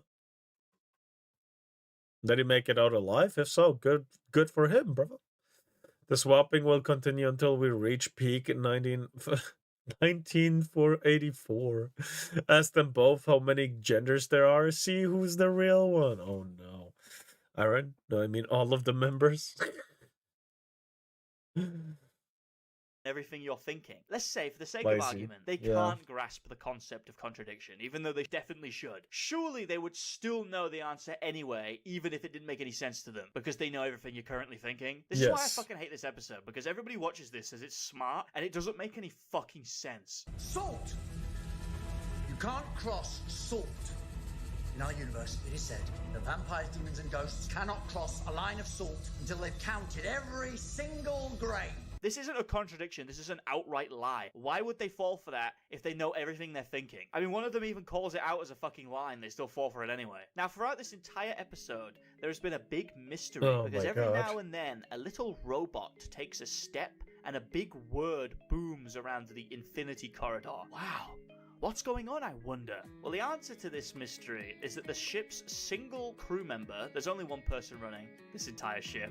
Look how fucking big this ship is. There's one person running it? That's ludicrous. The only form of transportation is golf caddies. What if there's an engine problem? This person had to spend 3 days trekking down to fix it? So this person managed to fly off course so far that they reached the edge of the universe. Women drivers, you know what I'm saying? And then the not things show up and they start copying her. So she comes up with a genius scheme, but she comes up with it slowly because that means that the monsters can't read her mind for some reason. It doesn't really make any sense. So she programs the self-destruct sequence to take like 1 million years because that means that they can't figure out what's happening, and then she kills herself. Now, I would argue that considering they have all of your engineering knowledge, realistically all you've done there is give them 1 million years to figure it out. Whereas if you set it to a shorter time, like, for example, 1 second, the creatures may very well figure it out, but are too slow to stop it. Fucking hell!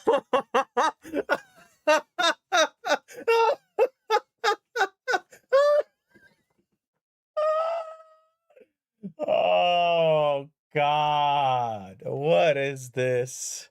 there's not much they can do about it. I mean, at the end of the episode, the creatures have like 30 seconds to turn it off, and they could not get there in time. Before the episode ends, Russell has to hit you with a little bit of a fake out. Who's the head of the choir?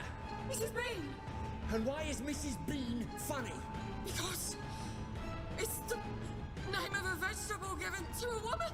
The real one said that. The real one said that fucking nonsensical shit. I saw some people comparing this to Midnight and saying they were on par with one another. They were saying this is the scariest episode ever made. If you're scared of this, your fucking life is sunshine and rainbows. You know what I'm scared of? HMRC and syphilis. The final special episode is The Giggle. And this is the episode where you really start to see that Davis has no ideas whatsoever and uses the tried and true Disney method of bringing back old characters to try and member bury people into watching the show. The issue with this, in regards to Doctor Who, is that not a single casual viewer of this show fucking Barney, bro, has watched classic Who. So every time he brings back an old villain, he has to show a literal PowerPoint presentation in the episode explaining who they actually are because nobody knows. So the villain of this episode is the Toymaker, who appeared once in the first Doctor's run and then never again. The Toymaker is a fourth-dimensional entity who travels to the material universe to play video games with mortal men. You may be thinking, wow, this is a great concept that could lend itself to an interesting story. I wonder what game he and the Doctor are going to play. They play the most strategic, nail-biting game of all time. The simplest game of all. Let's cut. Highest card wins. Ace is high. No, Doctor, maybe you want to think about the stakes here. The human race is about to my left ear loves this part. Holy fuck, why is it only my left ear? Oh God. Klenka. This worse. Wait for it. I see it. It's not Doctor Who, it's Doctor How it was written. From existence. This guy, just 2 seconds ago, he was saying he killed the Christian god. I gambled with God and made him a jack-in-the-box. Maybe you shouldn't play an entirely luck-based game. Maybe you should employ some level of strategy. Maybe you should try to win.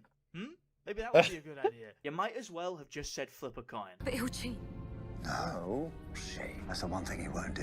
But they're his cards. It's all tricks. Of course he'll cheat. The only rules the Toymaker follows are the rules of the game. They bind his entire existence. That's not entirely true. He won't cheat, but he will rig it so he can't win. In the first episode, him and William Hartnell played space chess, and the Doctor beats his ass because, like, I think he canonically invented chess. So what the Toymaker does is he rigs the pocket universe that they're playing in to immediately wipe itself from existence as soon as he loses. You must finish the game. You cannot leave here until you have. Of course, I mustn't. You very nearly caught me then. Make your last move, Doctor. Make your move. But if I do, this place vanishes. And then you have won completely? And if this place vanishes, then the TARDIS and the rest of us will vanish also. Correct. That is the price of success. Also, you can see just from watching the clips that they've changed this character from being cunning, smart, intimidating into, oh, he's silly! He's silly and goofy and he's silly! Oh. Anyway, the Doctor loses... I hate when they just make a character silly and funny, but not serious anymore. Like, a character still needs serious moments for, like, character development and stuff like that. Who's a good example? Any character relief character, comic relief character in anime, for example. I can't name one off the top of my head, but usually they're what they amount to is a punchline or two, and when it comes tough on tough, they win their fight, right? And them making a funny comment as comic relief, of course, is the haha silly, I'm so funny. And them winning the fight is Toby from Naruto was good. Oh, but I don't agree with him being a comic relief character only, because that actually had a reason why. He acted so fucking silly that no one noticed who he was. Until he showed Kizame, which is the shark dude, by the way, and... yeah.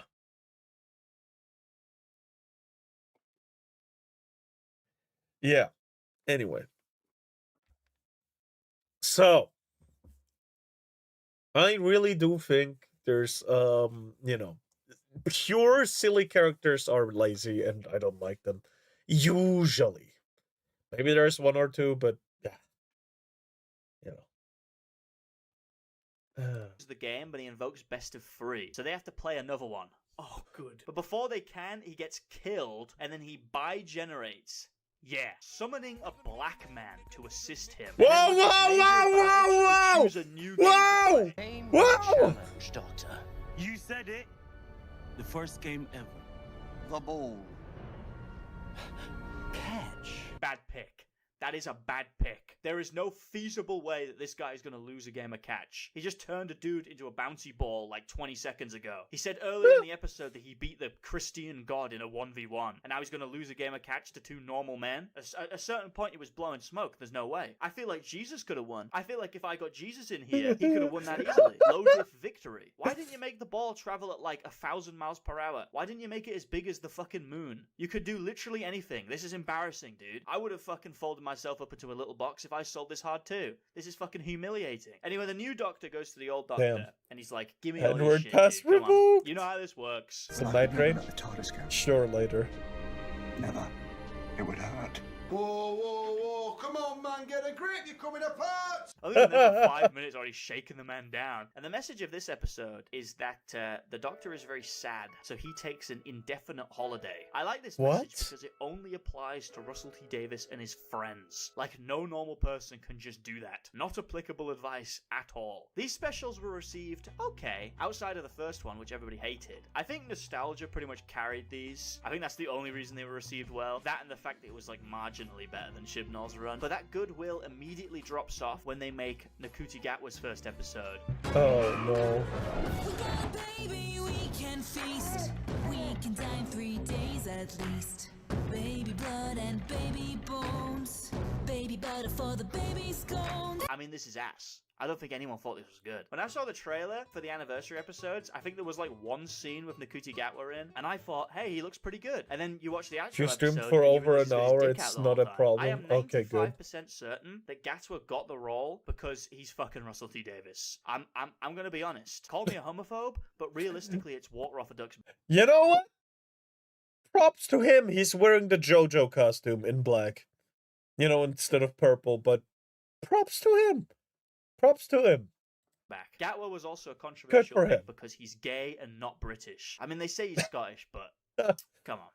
Are we being serious with this? I remember when they cast him, all of the retarded conservative channels were like, we're back. We're back on the right track. We're back on the right track. We've got a man back in the role. Woke is dead. It's a gay black man. I feel like that is fucking way worse than a white woman. I mean, before the episodes were even coming out, he was saying he wanted to twerk villains to death. They also gave him a whole new sonic screwdriver, which was a very unique design, unique shape compared to the other ones. Russell said it's because they didn't want it to look like a gun. I maintain it's because they didn't want Gatwa to. Isn't it supposed to look like a screwdriver? Suck on it. Russell T Davis's vision for this season of Doctor Who, famous sci-fi show, was fuck the sci-fi. Someone fire this man already! He can't do shit!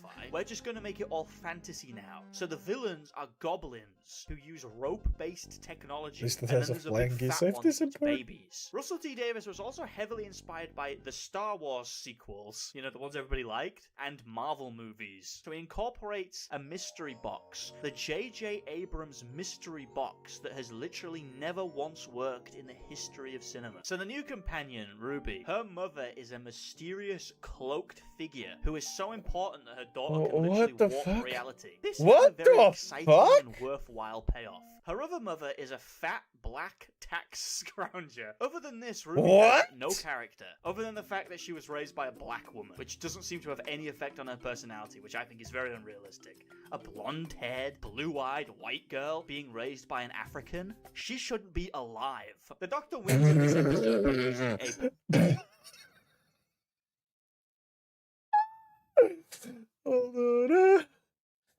Oh god, you know, they have a gay-looking black man. They could challenge him to oppression Olympics. There's no way he could lose that.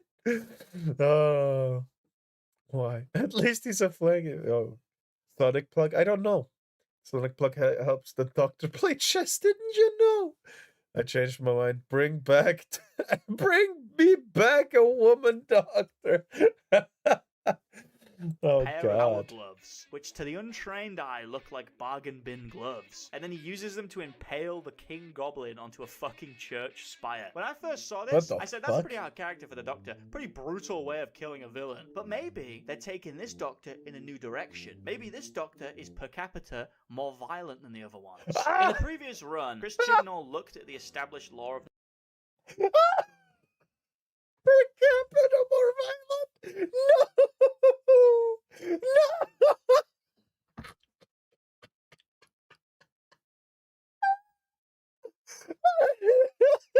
the show and said, William Hartnell, the first Doctor, stealing the TARDIS, the time machine? That doesn't really make any sense. So what he did is he went back and he retconned it so that William Hartnell, he didn't actually steal the TARDIS. What? It was actually a black woman the whole time. Chris Chibnall, Eugenius. So maybe in the next episode, Russell T Davies. Oh my god. Well, I said this already, but I could never in my life be as racist as someone who is in this fucking leftoid cult. Holy shit. How are you this fucking racist? You know, I could never, on purpose, be as racist as that. Make the black woman steal it. Canonical. Wow. Wow.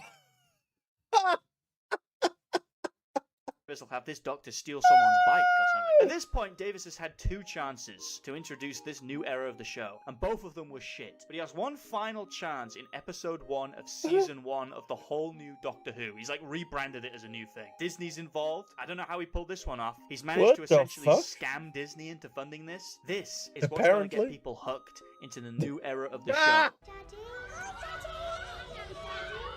Oh. What the fuck? Everyone back to work. Show Mummy and Daddy what a good job we've been doing. Make them proud. Russell, you've gone insane. What were you What thinking? the You're telling me fuck? no one spoke up. The producers, the actors, nobody spoke up about this travesty? This is like Harvey Weinstein, but worse. This episode is also an abortion allegory. So Child the labor, planet yes. down below will refuse to stop the babies being born. But once they're born, they don't look after them. It's a very strange planet. Which I think is quite brave when you have the babies in it as characters. So the message is basically, we should have killed these babies when we had the chance. The villain of this episode is the Bogeyman. And so it grew the Bogeyman out of bogies. What? All of this is bogies. Good job, Russell. No one stopped him. Nobody stopped him. I like how it pulls them against the wall instead of out the open door. That's what happens when you let Indians invent your gravity. You might have thought that the abortion allegory was...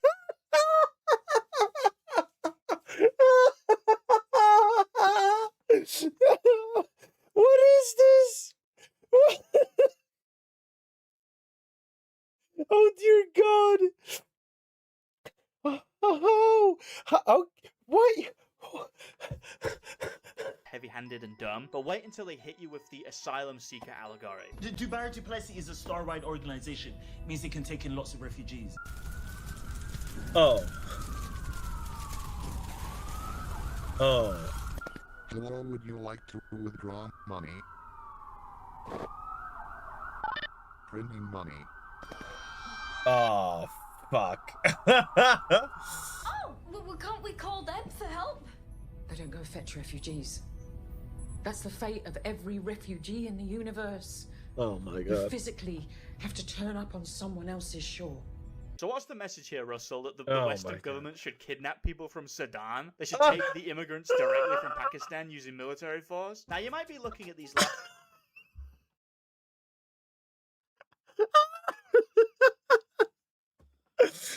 Oh God, it's too late to go back to Woman Doctor. Yeah, no, I've seen this abomination. Like, God damn, bro, this is... last few episodes thinking, Russell, it's too gay. Tone it down, Russell. But no, Russell determined that it wasn't gay enough. It wasn't up to his personal homosexual standard. Oh, gosh. Oh, goodness me.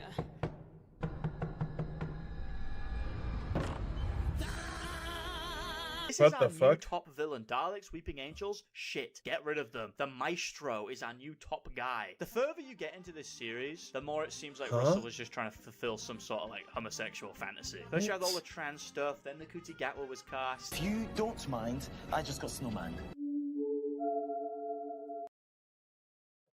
The act of inserting a thumb or two fingers into the anus of another person, like a carrot being placed incorrectly on a snowman's face, with the sharp end facing inwards. Did you hear that, Justin Snowman?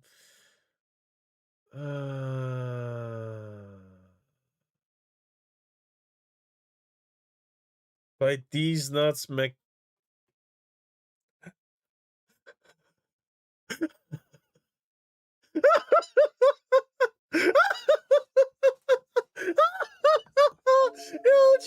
I'll just let that Now you go. got this shit. No one's ever asked me to step back from writing queerness into the series. It doesn't even feel particularly queer to me. It just feels natural. He adds, this is the world, and it's Oh 2024. my We're all God. embracing this. Who the fuck is we, bro? Who the fuck is we? We're all embracing this. This is my world. And I'm trusted by my bosses to put my world and to put my writing on the screen, so I confidently do. This is not the world, Russell. The rest of us aren't living 10 doors down from an orgy, Russell. The actor for Maestro chimed in on this topic as well, saying, numbers are not shrinking. They were. For every transphobic, racist, bigoted Doctor Who fan that we...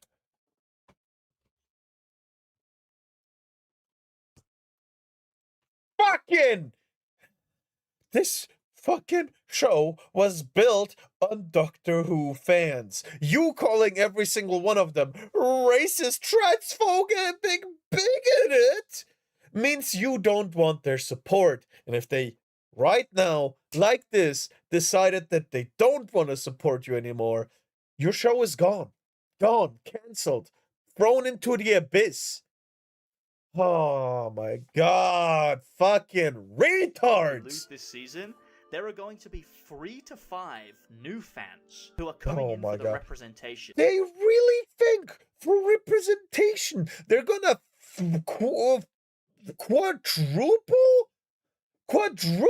their fucking numbers?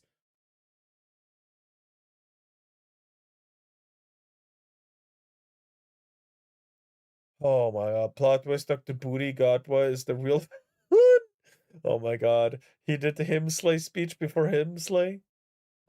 I can't. So they didn't show No up. one can. So they didn't show up. You need to get those Nazis back, Russell. The Nazis were keeping this ship afloat. You really need those Nazis back on side. I remember when Chibnall had They showed off Hitler's Nazis were mustache keeping this ship in afloat. full You really force? This is impressive. I didn't think they would have the guts to have a proper good representation right there, like a accurate one is what I'm the word I was searching for. It's fuck those you. Nazis back on side. I remember when Chibnall had the female doctor defeat the Indian master by teaming up with the Nazis. What? Having him sent to Auschwitz. Perception filter. Very easy to jam. Now they'll see the real you.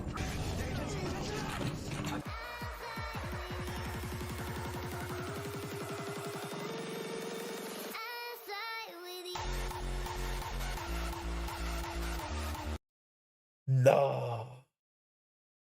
Nah. Sent the Indian black men to Auschwitz. I say what you want about Chibnall, but he knew who his audience were. How about that? How about that? Oh, damn! Damn! Get your filthy black hands off my wife. Punch the color right out of his mouth.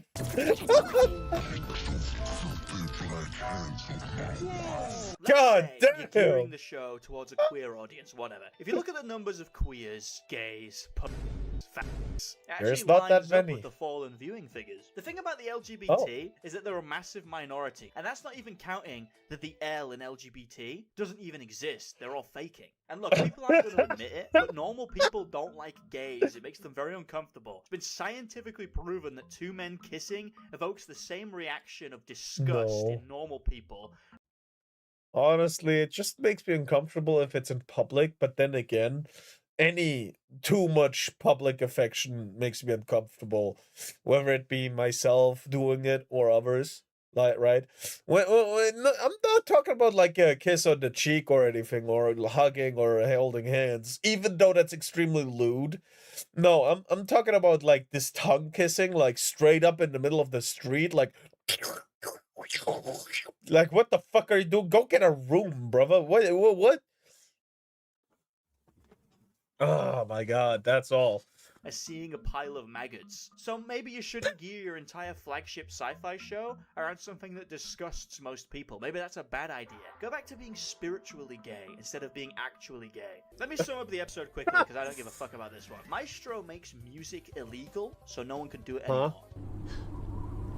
This is your home if Maestro isn't stopped. So not that bad then. Just normal London conditions, really.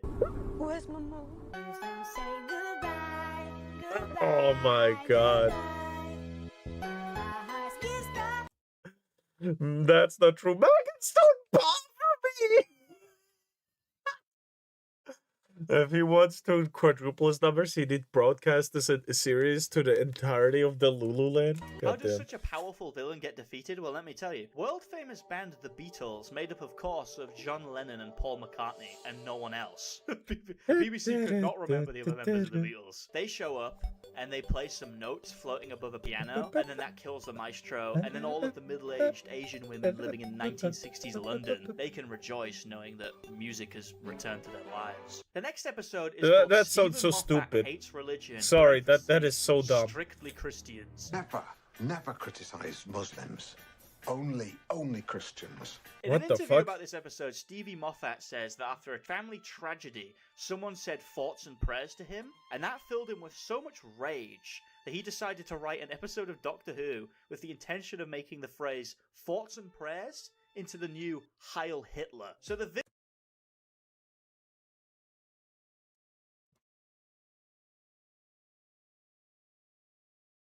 How many times have I just stopped in pure confusion?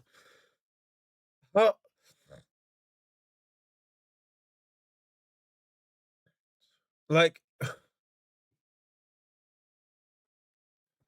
oh my god! Wait, I recognize that guy. It's Hitler from the hit game Eugenics. What the fuck?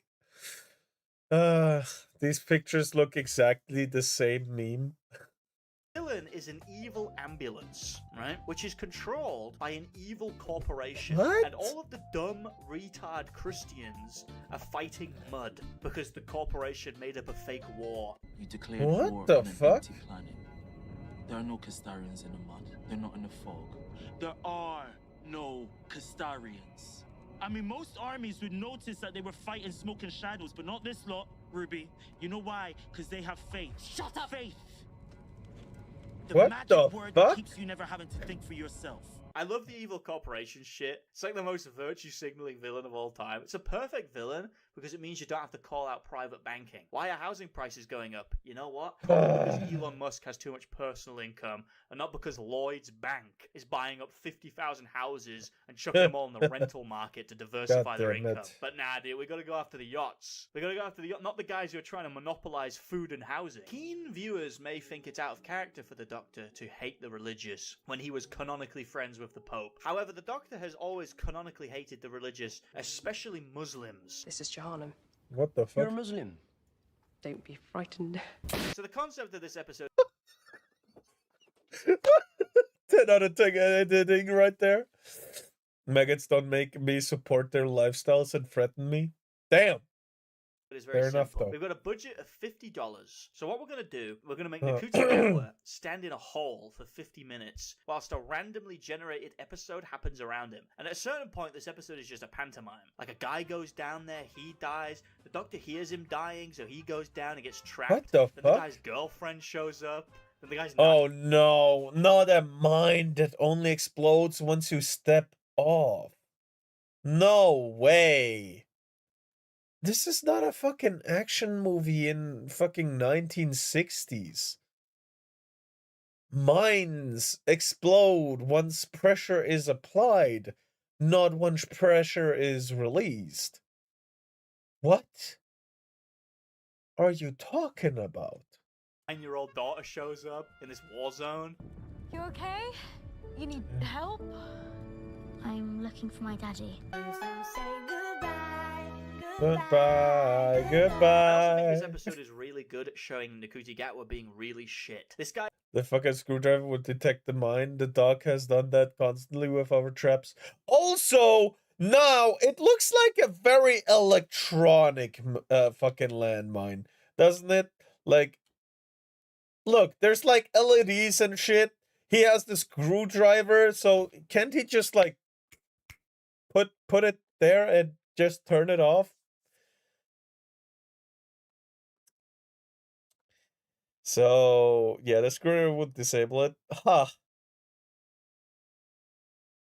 I can also feed maggots to my chickens without going to whoa, whoa, whoa, whoa, whoa, whoa, whoa, whoa, whoa, whoa, whoa, whoa. Let's not get that for RGB mine. Landmine. Yeah, it's from Starforge PCs themselves. They had to, you know, branch into other stuff. Gatwa being really shit. This guy is like woefully fucking miscast. He Are cannot we do it dropping at the all. Chad Balkan military lore?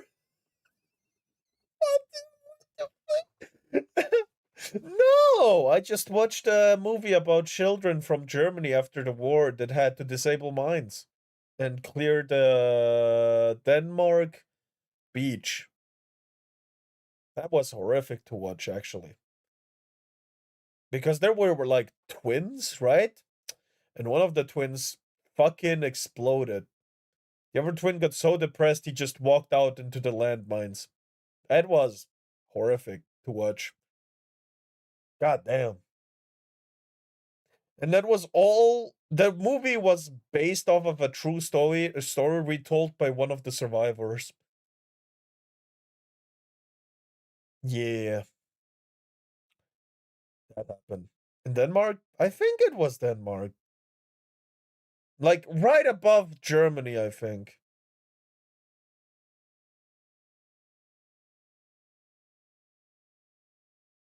So, yeah, I think right above Germany. Some shit like that. I don't remember where. I don't remember where. Right. That was a very horrific movie to watch. Because their tutorial in disarming a landmine was one single instruction course for like 5 minutes, And then a test mine with a actual landmine, like a real thing, which was, you know, hot. And if you don't manage to disable the mine, you just explode in the bunker. And the next guy, after one of them explodes, has to go in to the room that is red.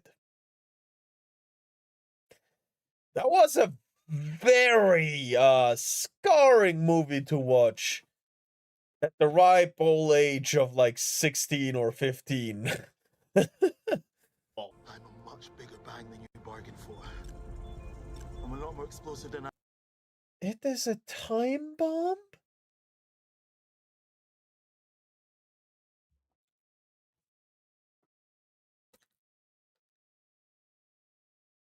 What the... What? What? What? Why? Why? I look, and honey, I know how I look. Put a quantum chain reaction through me and I will shatter this silly little battlefield of yours into dust.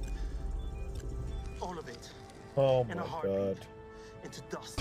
When the episodes were first coming out, people were saying, "Oh my god, the Kuti Gatwa is so good. He has the energy, the happy energy." I mean, Capaldi could do that, and he's Scottish. All right, Eccleston could do it, and he's from the north. Clearly, anyone can do it. Have you ever seen Eccleston in an interview? He's a real miserable fuck. What the hell you do the mine that explodes after you release the pressure? You need to be the real sadist to invent that? No, it's actually, you know, they had to stop making those because they were not, you know, you could do something about it. In Denmark? Question mark? I don't remember. Why it's a bomb. You'd want it to be remote activated or instantaneously. Yeah. When a plot device landmine is that, yeah. It's really weird. Also, if it's a timed landmine, why the fuck does he still need to apply pressure? Like, is it both ways? Like, if he steps off, it explodes before the timer runs out, but it also has a timer that runs out if you, like, stay on it?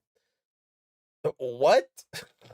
Called acting. But when Gatwa has to be intimidating or imposing or project some level of presence in any way, it's not very good. At the end of the day, it comes down to a simple fact. The man is too gay to play the role. Maybe if they made him more of a sexual predator, it would have worked. You know, he's threatening to like rape a Dalek. Oh, that would have been no. intimidating. I would have been intimidated by a black man raping me. And that would also be the first instance of sexual violence in Dude! Doctor Who, which the fans have been asking for years. Now, this is a classic episode where we really get to see the Holy personal shit! life of new companion Ruby Sunday. So her and the Doctor go to Wales, and he steps into an evil fairy trap and disappears. And for the rest of the episode, Oh my god. a creepy old woman stands in the distance watching her. And every time someone goes and talks to her, they get scared and run away. Even her black mother, which to be fair could be unrelated. It's unclear. And then a Welsh guy gets elected Prime Minister on the basis that he's going to nuke India. I am a son of Wales. I want Great Britain to say no more. So yes, I have pledged to defend our borders and set us up on high as one of the greatest nations in the world. But we're members of NATO. When did NATO ever, fire a nuclear missile? Ever? This is supposed to be the bad guy? So Ruby joins on as this guy's like personal slave. Also, he's a rapist. And before he can nuke India, Ruby ruins everything because she uses her old woman powers to force him to resign as prime minister. Oh, we were right there, man! Which is not how the old woman powers have been explained at all. They don't make people resign from their jobs, they make people run away, specifically from you, unless you want to argue that Ruby has wormed her way so deeply into this leadership campaign that she cannot be excised. Like an inoperable What cancer. the Sort of fuck? like a Zia Yusuf-esque figure. There's no point discussing it, to be honest. I put more thought into this than the writers have. There's a cut forward in So time, close. and Ruby is an old woman lamenting on her pointless chud life. Then the old woman appears in the room. Oh no! And it turned out she was the old woman the whole time. Then it goes back to the start of the episode, and she's like, "Don't step on that fairy shrine," and the Doctor doesn't, and then that's it. That's the episode. Who put the fairy shrine down? I don't know. Probably some fucking coming over here, putting people in fucking time loops and shit. The fans were saying,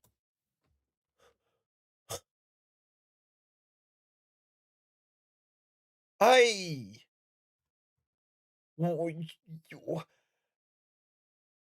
have zero words that can convey to you my disappointment. It's actually the fear of Holy the shit. unknown. You don't need to know the details of what the fuck was even happening. On a rewatch, oh my god, it's so much better on a rewatch. I'm not rewatching this. This is an episode about a woman making a man resign from his job and then dying alone. That's literally what happened here. It's a tale as old as time. Would it make more sense for the old woman to be saying, like, get away instead of don't step? That would explain why everyone ran off at least. You could say it's some psychic suggestion shit. This is 100% a first draft. I cannot possibly believe that it's not. This is the episode where shit starts popping off. So I'm going to do a full rundown of this one. Spoiler alert. This episode has a genius twist. Russell T. Davies is back. The episode starts off in a futuristic neighborhood, and our protagonist of the episode is this woman. She's called like Rodney Popadom or something. I don't remember. Oh no, is it the fucking AI explanation thing that I've seen multiple times on Twitter, where they have like a whole globe around them with social media shit where they talk to 100 people at the same time and an arrow points to where they're supposed to walk, and that's how they get around, and there is like a beast just killing people and nobody notices it because they're all busy on social media. Oh no, please She don't. wakes up and immediately starts watching TikTok dances and FaceTiming people. So immediately you can establish that this is going to be some Black Mirror retard situation. Then all of a sudden the doctor pops up and Rodney's like, You were right, sir. so she goes to work, and guess what she encounters? That's right, giant slug. Crazy shit. As it turns out, these giant slugs were created by tiny robots because they're trying to wipe out humanity. Now, admittedly, the episode makes it perfectly clear that the robots are completely capable of killing people. Probably easier than the slugs can, but it's more fun this way. It's more entertaining this way. This is where the episode really starts getting genius. Rodney can't walk because on the social media device, it has like arrows tell them what direction that it was supposed to walk in, and without it, they can't walk. I don't know how to walk. No. What do you mean? I don't know how to walk without. I'm sorry, what?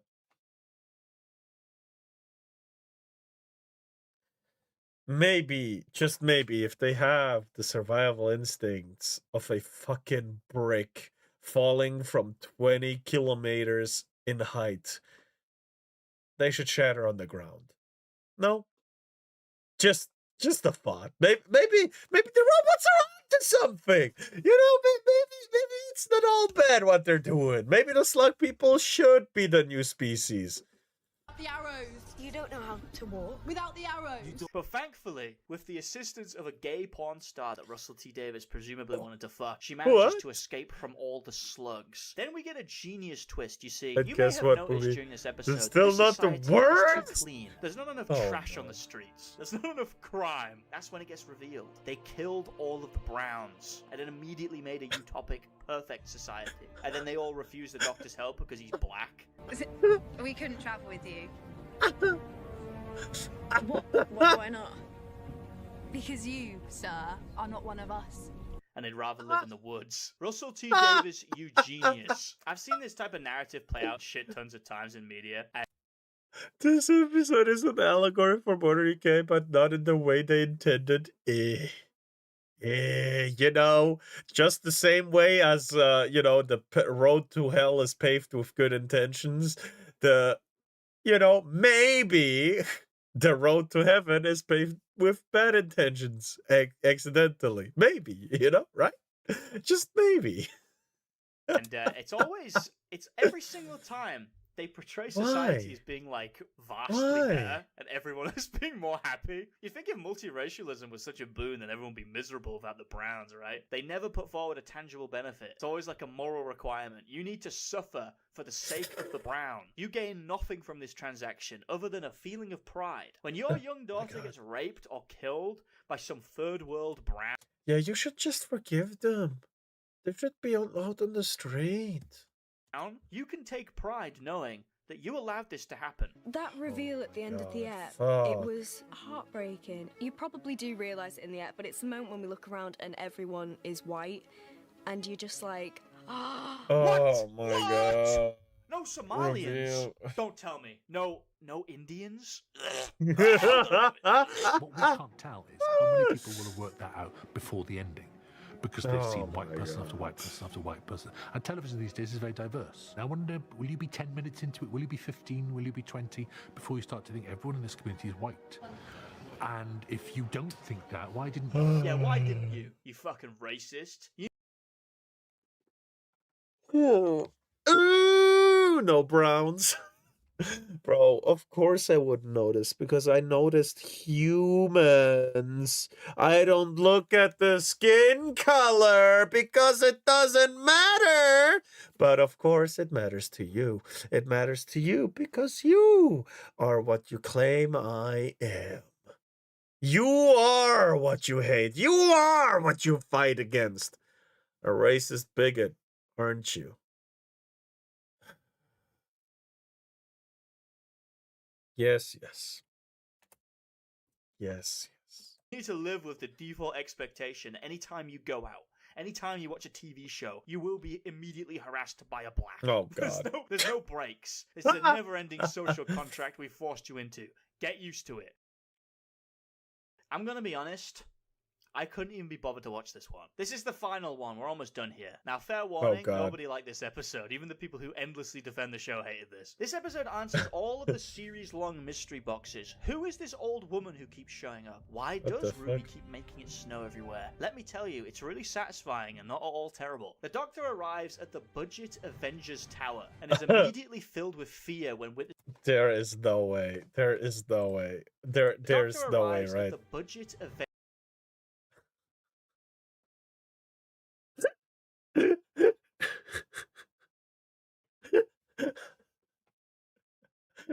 Unit. It's an absolute unit. Avengers Tower and is immediately filled with fear when witnessing the 6'4", 250-pound fucking caveman blundering towards him. God damn. In the old days of the show, UNIT was a paramilitary organization. All of its members were military, but now they're just the Avengers. But instead of the Hulk, it's a black transgender woman, and instead of Iron Man, it's a disabled midget. Oh, God. Unit scientific advisor, 13 years old, accelerated genius. Thanks for passing, asteroid. Did the passing asteroid make you cripplingly disabled as well? Or is that the unrelated? fuck? So the Doctor tells UNIT that they need to find the modern-day Susan Twist. But UNIT have already found her, because she runs a company that's name is an anagram of TARDIS. And there's no way that's a coincidence. So we're going to spend millions and millions of pounds in taxpayer money to get to the bottom of this one. Name, anagram, TARDIS. Probability of a trap, 95% and rising. 95%? Where the fuck are you getting these numbers from, dude? Are you telling me she was It's a just called genius. Susan, It's that the chance easy. of a trap would be They just reskinned the tower. It's terrible. I feel like the fact that she's appearing across all time zones makes it 100% chance. But no, that doesn't even factor into his calculations. It's the Susan and then the anagram, and that's it. All of the other shit doesn't even factor in. Chances of someone being both called Susan and their company's an anagram of TARDIS? Impossible. It's a trap. 95% confirmed. So another UNIT person gets a DNA sample from Susan and determines that she's 100% human. But Kate, the leader, she's got a chrysalis theory. So Kate's got a chrysalis theory. Just because Susan tried is nice doesn't mean she can't change. You know, it's like, what the fuck? Who cares about DNA testing? Retardus. What did I hear? Retardus? Yes. Now, the entire time that they're doing this, Ruby is in the background with her black mother. She's here. She's here for some reason. And Ruby's Why spending does the he entire say time it like that? Why does he say black mother? White mother. Where is my white mother? So in order to find out who Ruby's Oh, white okay, mother fair enough. He says white mother too, so okay. Equality for everyone, huh? You have to utilize the power of a time machine which runs entirely off of VHS tapes. That's right.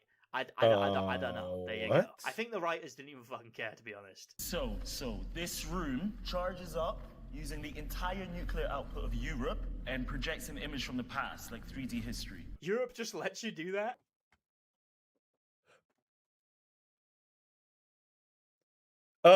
May I remind you that he is quite literally a Time Lord.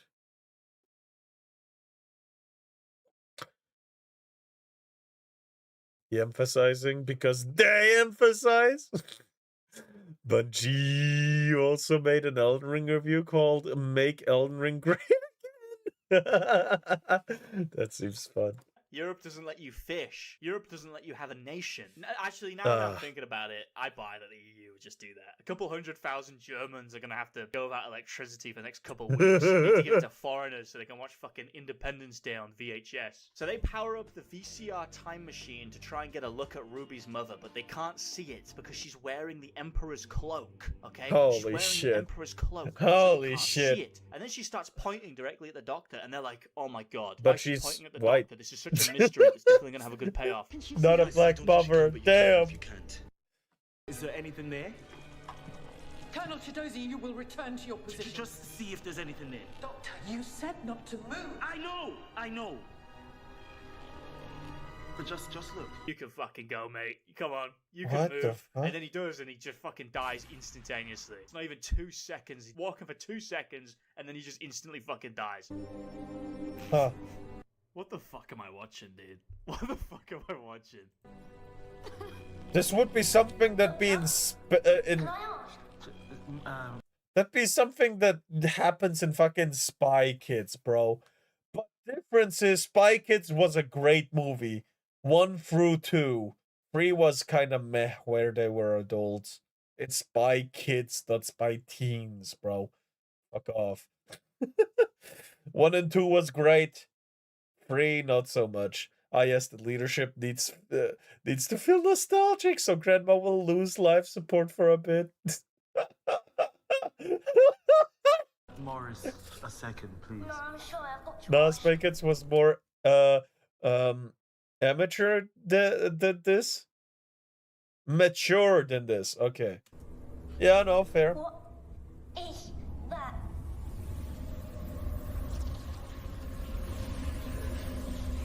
Oh no. Nobody fucking noticed that. He was the only dude who noticed that. I've got to ask, sorry, what is that massive, ginormous, totally unmissable dark cloud of death that's rising out the fucking background? So Doctor then starts having a little cry over this one, so much so that his own assistant has to tell him to stop being a fat before leaving to fuck around with Susan Triad. Then Unit realized, oh my god, the dark cloud of death is still in the building. The Doctor, we're on our way back. Try to contain that thing. I bring Sutek's dust. Open fire! All weapons! The child has weapon in his fucking roller. No. No.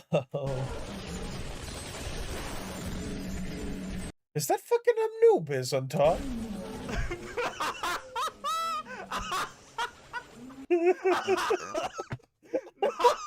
Just And then this fucking laugh. black woman starts spouting off bullshit, and they all go, Who is this? Who is this woman? What is this woman's name? Oh, this woman? Oh, that's Harriet Arbinger of... Fucking hell, that's so shit. That's Harriet Arbinger, of course. You don't know Harriet Arbinger? So Susan turns into like a bird, and then she kills her assistant, and they play like a stock shock effect number 2. What I think the it's called, fuck? I've got the actual name of the effect. It's called stock shock effect number 3, actually. It's number 3, sorry. And then all of the letters on the company name, they start changing. And the Doctor goes, oh my god, we got the wrong anagram. Susan Technology, Sutek. Sutek. It was the wrong anagram. It's not even a fucking anagram. It's a play on fucking words. It's not even Oh a good my one. God. This is on the same level as Nick Gers. Let's get down to brass tacks here. Russell set up this group called the Pantheon. We're all meant to be gods. Shit idea. Sucks. Get rid of it. It wouldn't be as bad if he'd created original characters for it. But instead of this, he takes a bunch of completely unrelated characters from old seasons of the show. You can't be serious, Mumi. Spy Kids 3 Game Over was good. It's where they were fucking adults and teens, no? That wasn't a good... It was mid. It wasn't bad, but it wasn't as good as 1 and 2, bro. What are you talking about? Nah. Especially the start of the movie was so fucking cringe.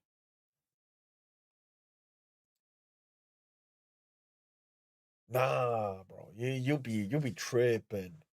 With completely unique origins and gimmicks, and he shoves them all into this new pantheon, which has the double effect of making the character more boring and also not making any sense. Like, what do the toy maker and Sutek and the trickster have in common? whatsoever. I mean, usually in mythology, they're related by blood, or they're all fucking each other, or both. I mean, previous pantheons that have been in the show have been connected in some way. I mean, the Eternals, they were all the same species, but in this pantheon, there's no relation. The Toymaker is some kind of like extra-dimensional thing, and then they turned him into the god of toys. The Trickster is supposed to be the physical manifestation of the universal concept of chaos, and they made him into the god of traps. I mean, why not the god of tricks, man? His name is the fucking Trickster. And Sutek isn't even a god, he's just like a psychic alien. And admittedly, he was a powerful one.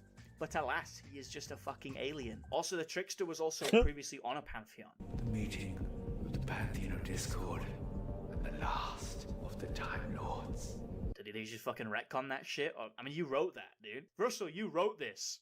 You specifically wrote into the show that this guy's on a fucking pantheon already. And if they are the same pantheon, I mean, you're telling me that the Toymaker, whose whole gimmick in this canon is that he's bound by the rules of a game, he's some sort of like chaos-based entity? I mean, the whole point of the previous pantheon, the Trickster's pantheon, was that they turned order into chaos, and then they like jerked off over the results. They went back in time and they changed stuff to fuck with it. Yeah, in the Trickster's first appearance, he fights off alien invasions personally. On Discord. Can I join? No. Earth isn't chaotic enough, and instead he wants an asteroid to destroy the Earth instead. Never mind the Bane. What about the Slovene and the Gorgons and the Patriarchs of the Tin Vagabond? I stopped them all from taking over the Earth. What happened to them? I turned them all away. You don't? All I need is the meteor. Why? What's so special about that? Those other species, they invade for profit, power, revenge. The meteor is pure chaos. The destruction of the Earth for no reason at all. Just blind chance. But this guy's cool with Sutek personally killing everyone in the universe. Why would Sutek even be the leader of this pantheon anyway? He seems way weaker than the Toymaker. I do not buy for a second that the Toymaker will be scared of Sutek, but not the Christian god. Even if you want to argue that Sutek is really smart and would easily outsmart him and win the game, which he wouldn't because he wasn't very smart, both of them get outsmarted by the guy he's playing the game with right now. You should have just made it the Valiard, alright? If you made it the Valiard, it would have made a lot more sense. They just don't want to have the first Black Doctor be the one that's also evil. Now, Sutek is a very old Doctor Who villain. Originally, he wasn't a dog. He had like a pharaoh-themed design, but they made him a dog instead because otherwise it's cultural appropriation. I'm not kidding. Yeah, I never understood what was all that Egyptian stuff.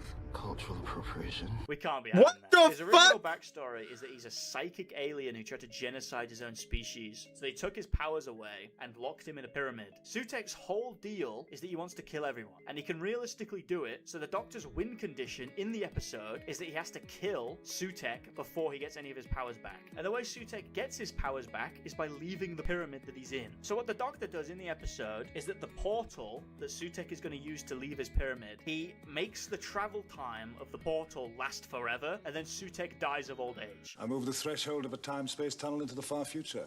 He could never have reached the end. But Russell retcons it, so now he actually survived by grabbing onto the TARDIS, and he's been there the whole time, which is retarded, because a lot of shit has happened since then. There was an episode where the TARDIS literally blows up. There was an episode where it gets shrunk. There's an episode where the TARDIS's AI gets put into the body of a fucking human woman, and then the machine gets taken over by House. Are you telling me? Honestly, I quite like the human TARDIS. House didn't notice. He didn't notice the dog. As well as this, Russell T Davies also brings him back at full strength, which means he should immediately win just by virtue of existing, and he should have been able to win at any time over the course of the entire show. But Russell T Davies accounted for this and gave him a new weakness, that being MILFs. He really wants to know who Ruby's mother is. He's really fucking invested in this plot arc. It's never explained why he even gives a shit about this. Realistically, he definitely wouldn't. Now, if I was writing this, I would have just said that his soul escaped, but his body died. And that would explain why he doesn't have all of his powers. So to sum up the rest of the story, they go to the future TARDIS was because fun. the evil Prime Minister I saw did the DNA tests on everyone, so he knows who Ruby's mother is, even though the ambulance in the future didn't know. Neither did the TARDIS, and also they already did a DNA test in literally the first episode and it didn't work. Then they put a rope on Sutek, and then they drag him across the sky to his death. That's the victory there. We got him. Most dangerous creature in existence. Get a big rope on him, you know? Toymaker wasn't sure he could handle that rope. He didn't think that was a game he could handle. Tug of war. A normal man won it. And then the huge epic reveal. Who is Ruby's mother?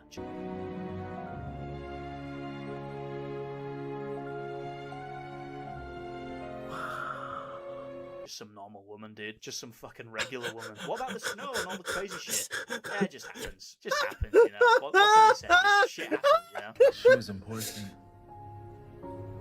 because we think she's important. This is kind of my.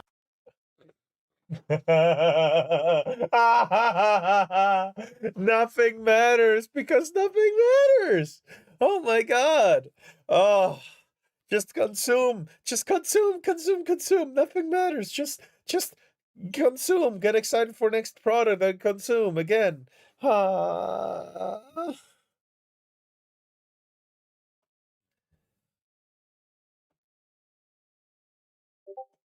Yeah.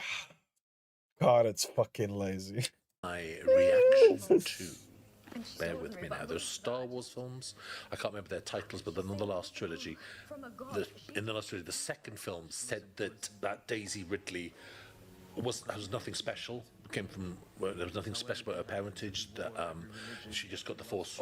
She was just ordinary, an ordinary person with the Force. And then the next one they changed it all so that she was the child of the Emperor, and they made her. She was like cosmic and had godlike powers. And I really loved the version where she wasn't special, where she was ordinary. So this is my reaction to that. Russell, you're fucking cracked. You've lost your goddamn mind. You might be thinking, why was she able to point at the Doctor when they went back in time and they looked at it? Well, I think you'll find she was actually pointing at the road sign. She was pointing at the road sign, and the road sign said Ruby Road on it. It said Ruby Road because she was naming her daughter, right? By pointing at the road sign. Oh my god, You this might be is asking, some why bullshit. was she wearing a Sith robe? Well, Russell can answer that. Why Louise Miller wore an ancient medieval cloak to the church? I think that's time shrouding her. Yeah, time shrouded her with a physical. Why? She's not special! Why would time go against his own rules? Also, why did we use a 3D printer for a time machine instead of just the TARDIS? Also a question. Big reveal, a regular lady. Now clap those seal flippers. Child of the Emperor. Heresy. Her white mom realized how gay it was to be in a gay relationship and left. Physical robe.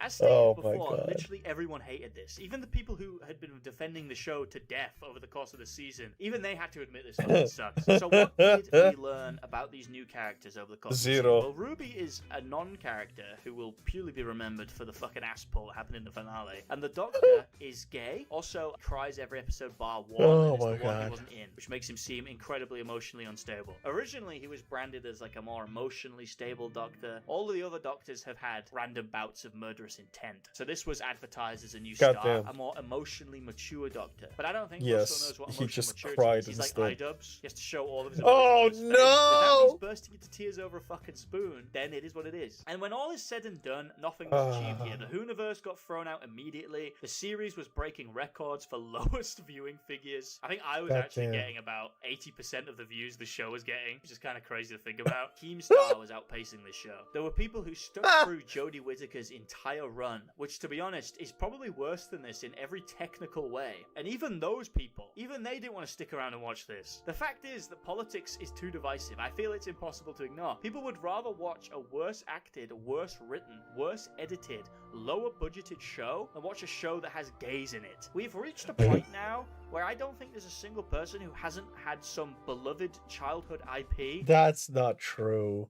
It's not the gays that ruin it. It's the gay directors that ruin it. The actor can be gay, but the director can't. That's sorry about that. Completely ruined by women and homosexuals. Whoa! Whoa! Whoa! What the fuck? Holy shit, what the fuck? So, this was a ride. Yeah, it was pretty good. It's just that he threw me into a loop a little bit. He threw me into a little bit of a loop at some point in time. But yeah, it was fun. It was fun. It's just I can't pronounce his name, so I'll just say Bungie. Check out Bungie. Like, you know, leave him a like, comment, and subscribe. Go on. He's actually pretty fun. It's just that he's a bit out of pocket for React videos. But it was fun nonetheless. Yeah. I will link this video right now. And then we'll actually already be over. It'll already be over. Over. Because it's already past 9 p.m. They did it. Wait, whoa. Oh, okay. Already? Yes, it's already that late. Raid powder? Alright, let's go. We're gonna raid powder. Powder-san. Powder-chan. Do I have her already?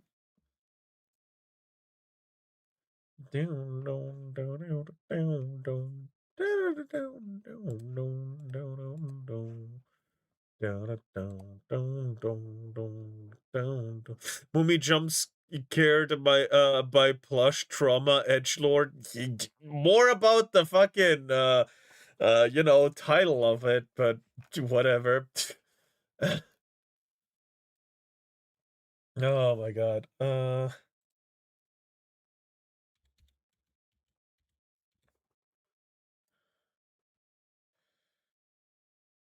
what is she playing? A wheelchair game. Okay, we're okay. It's A wheelchair game. Oh. Oh my god, too fast didn't read.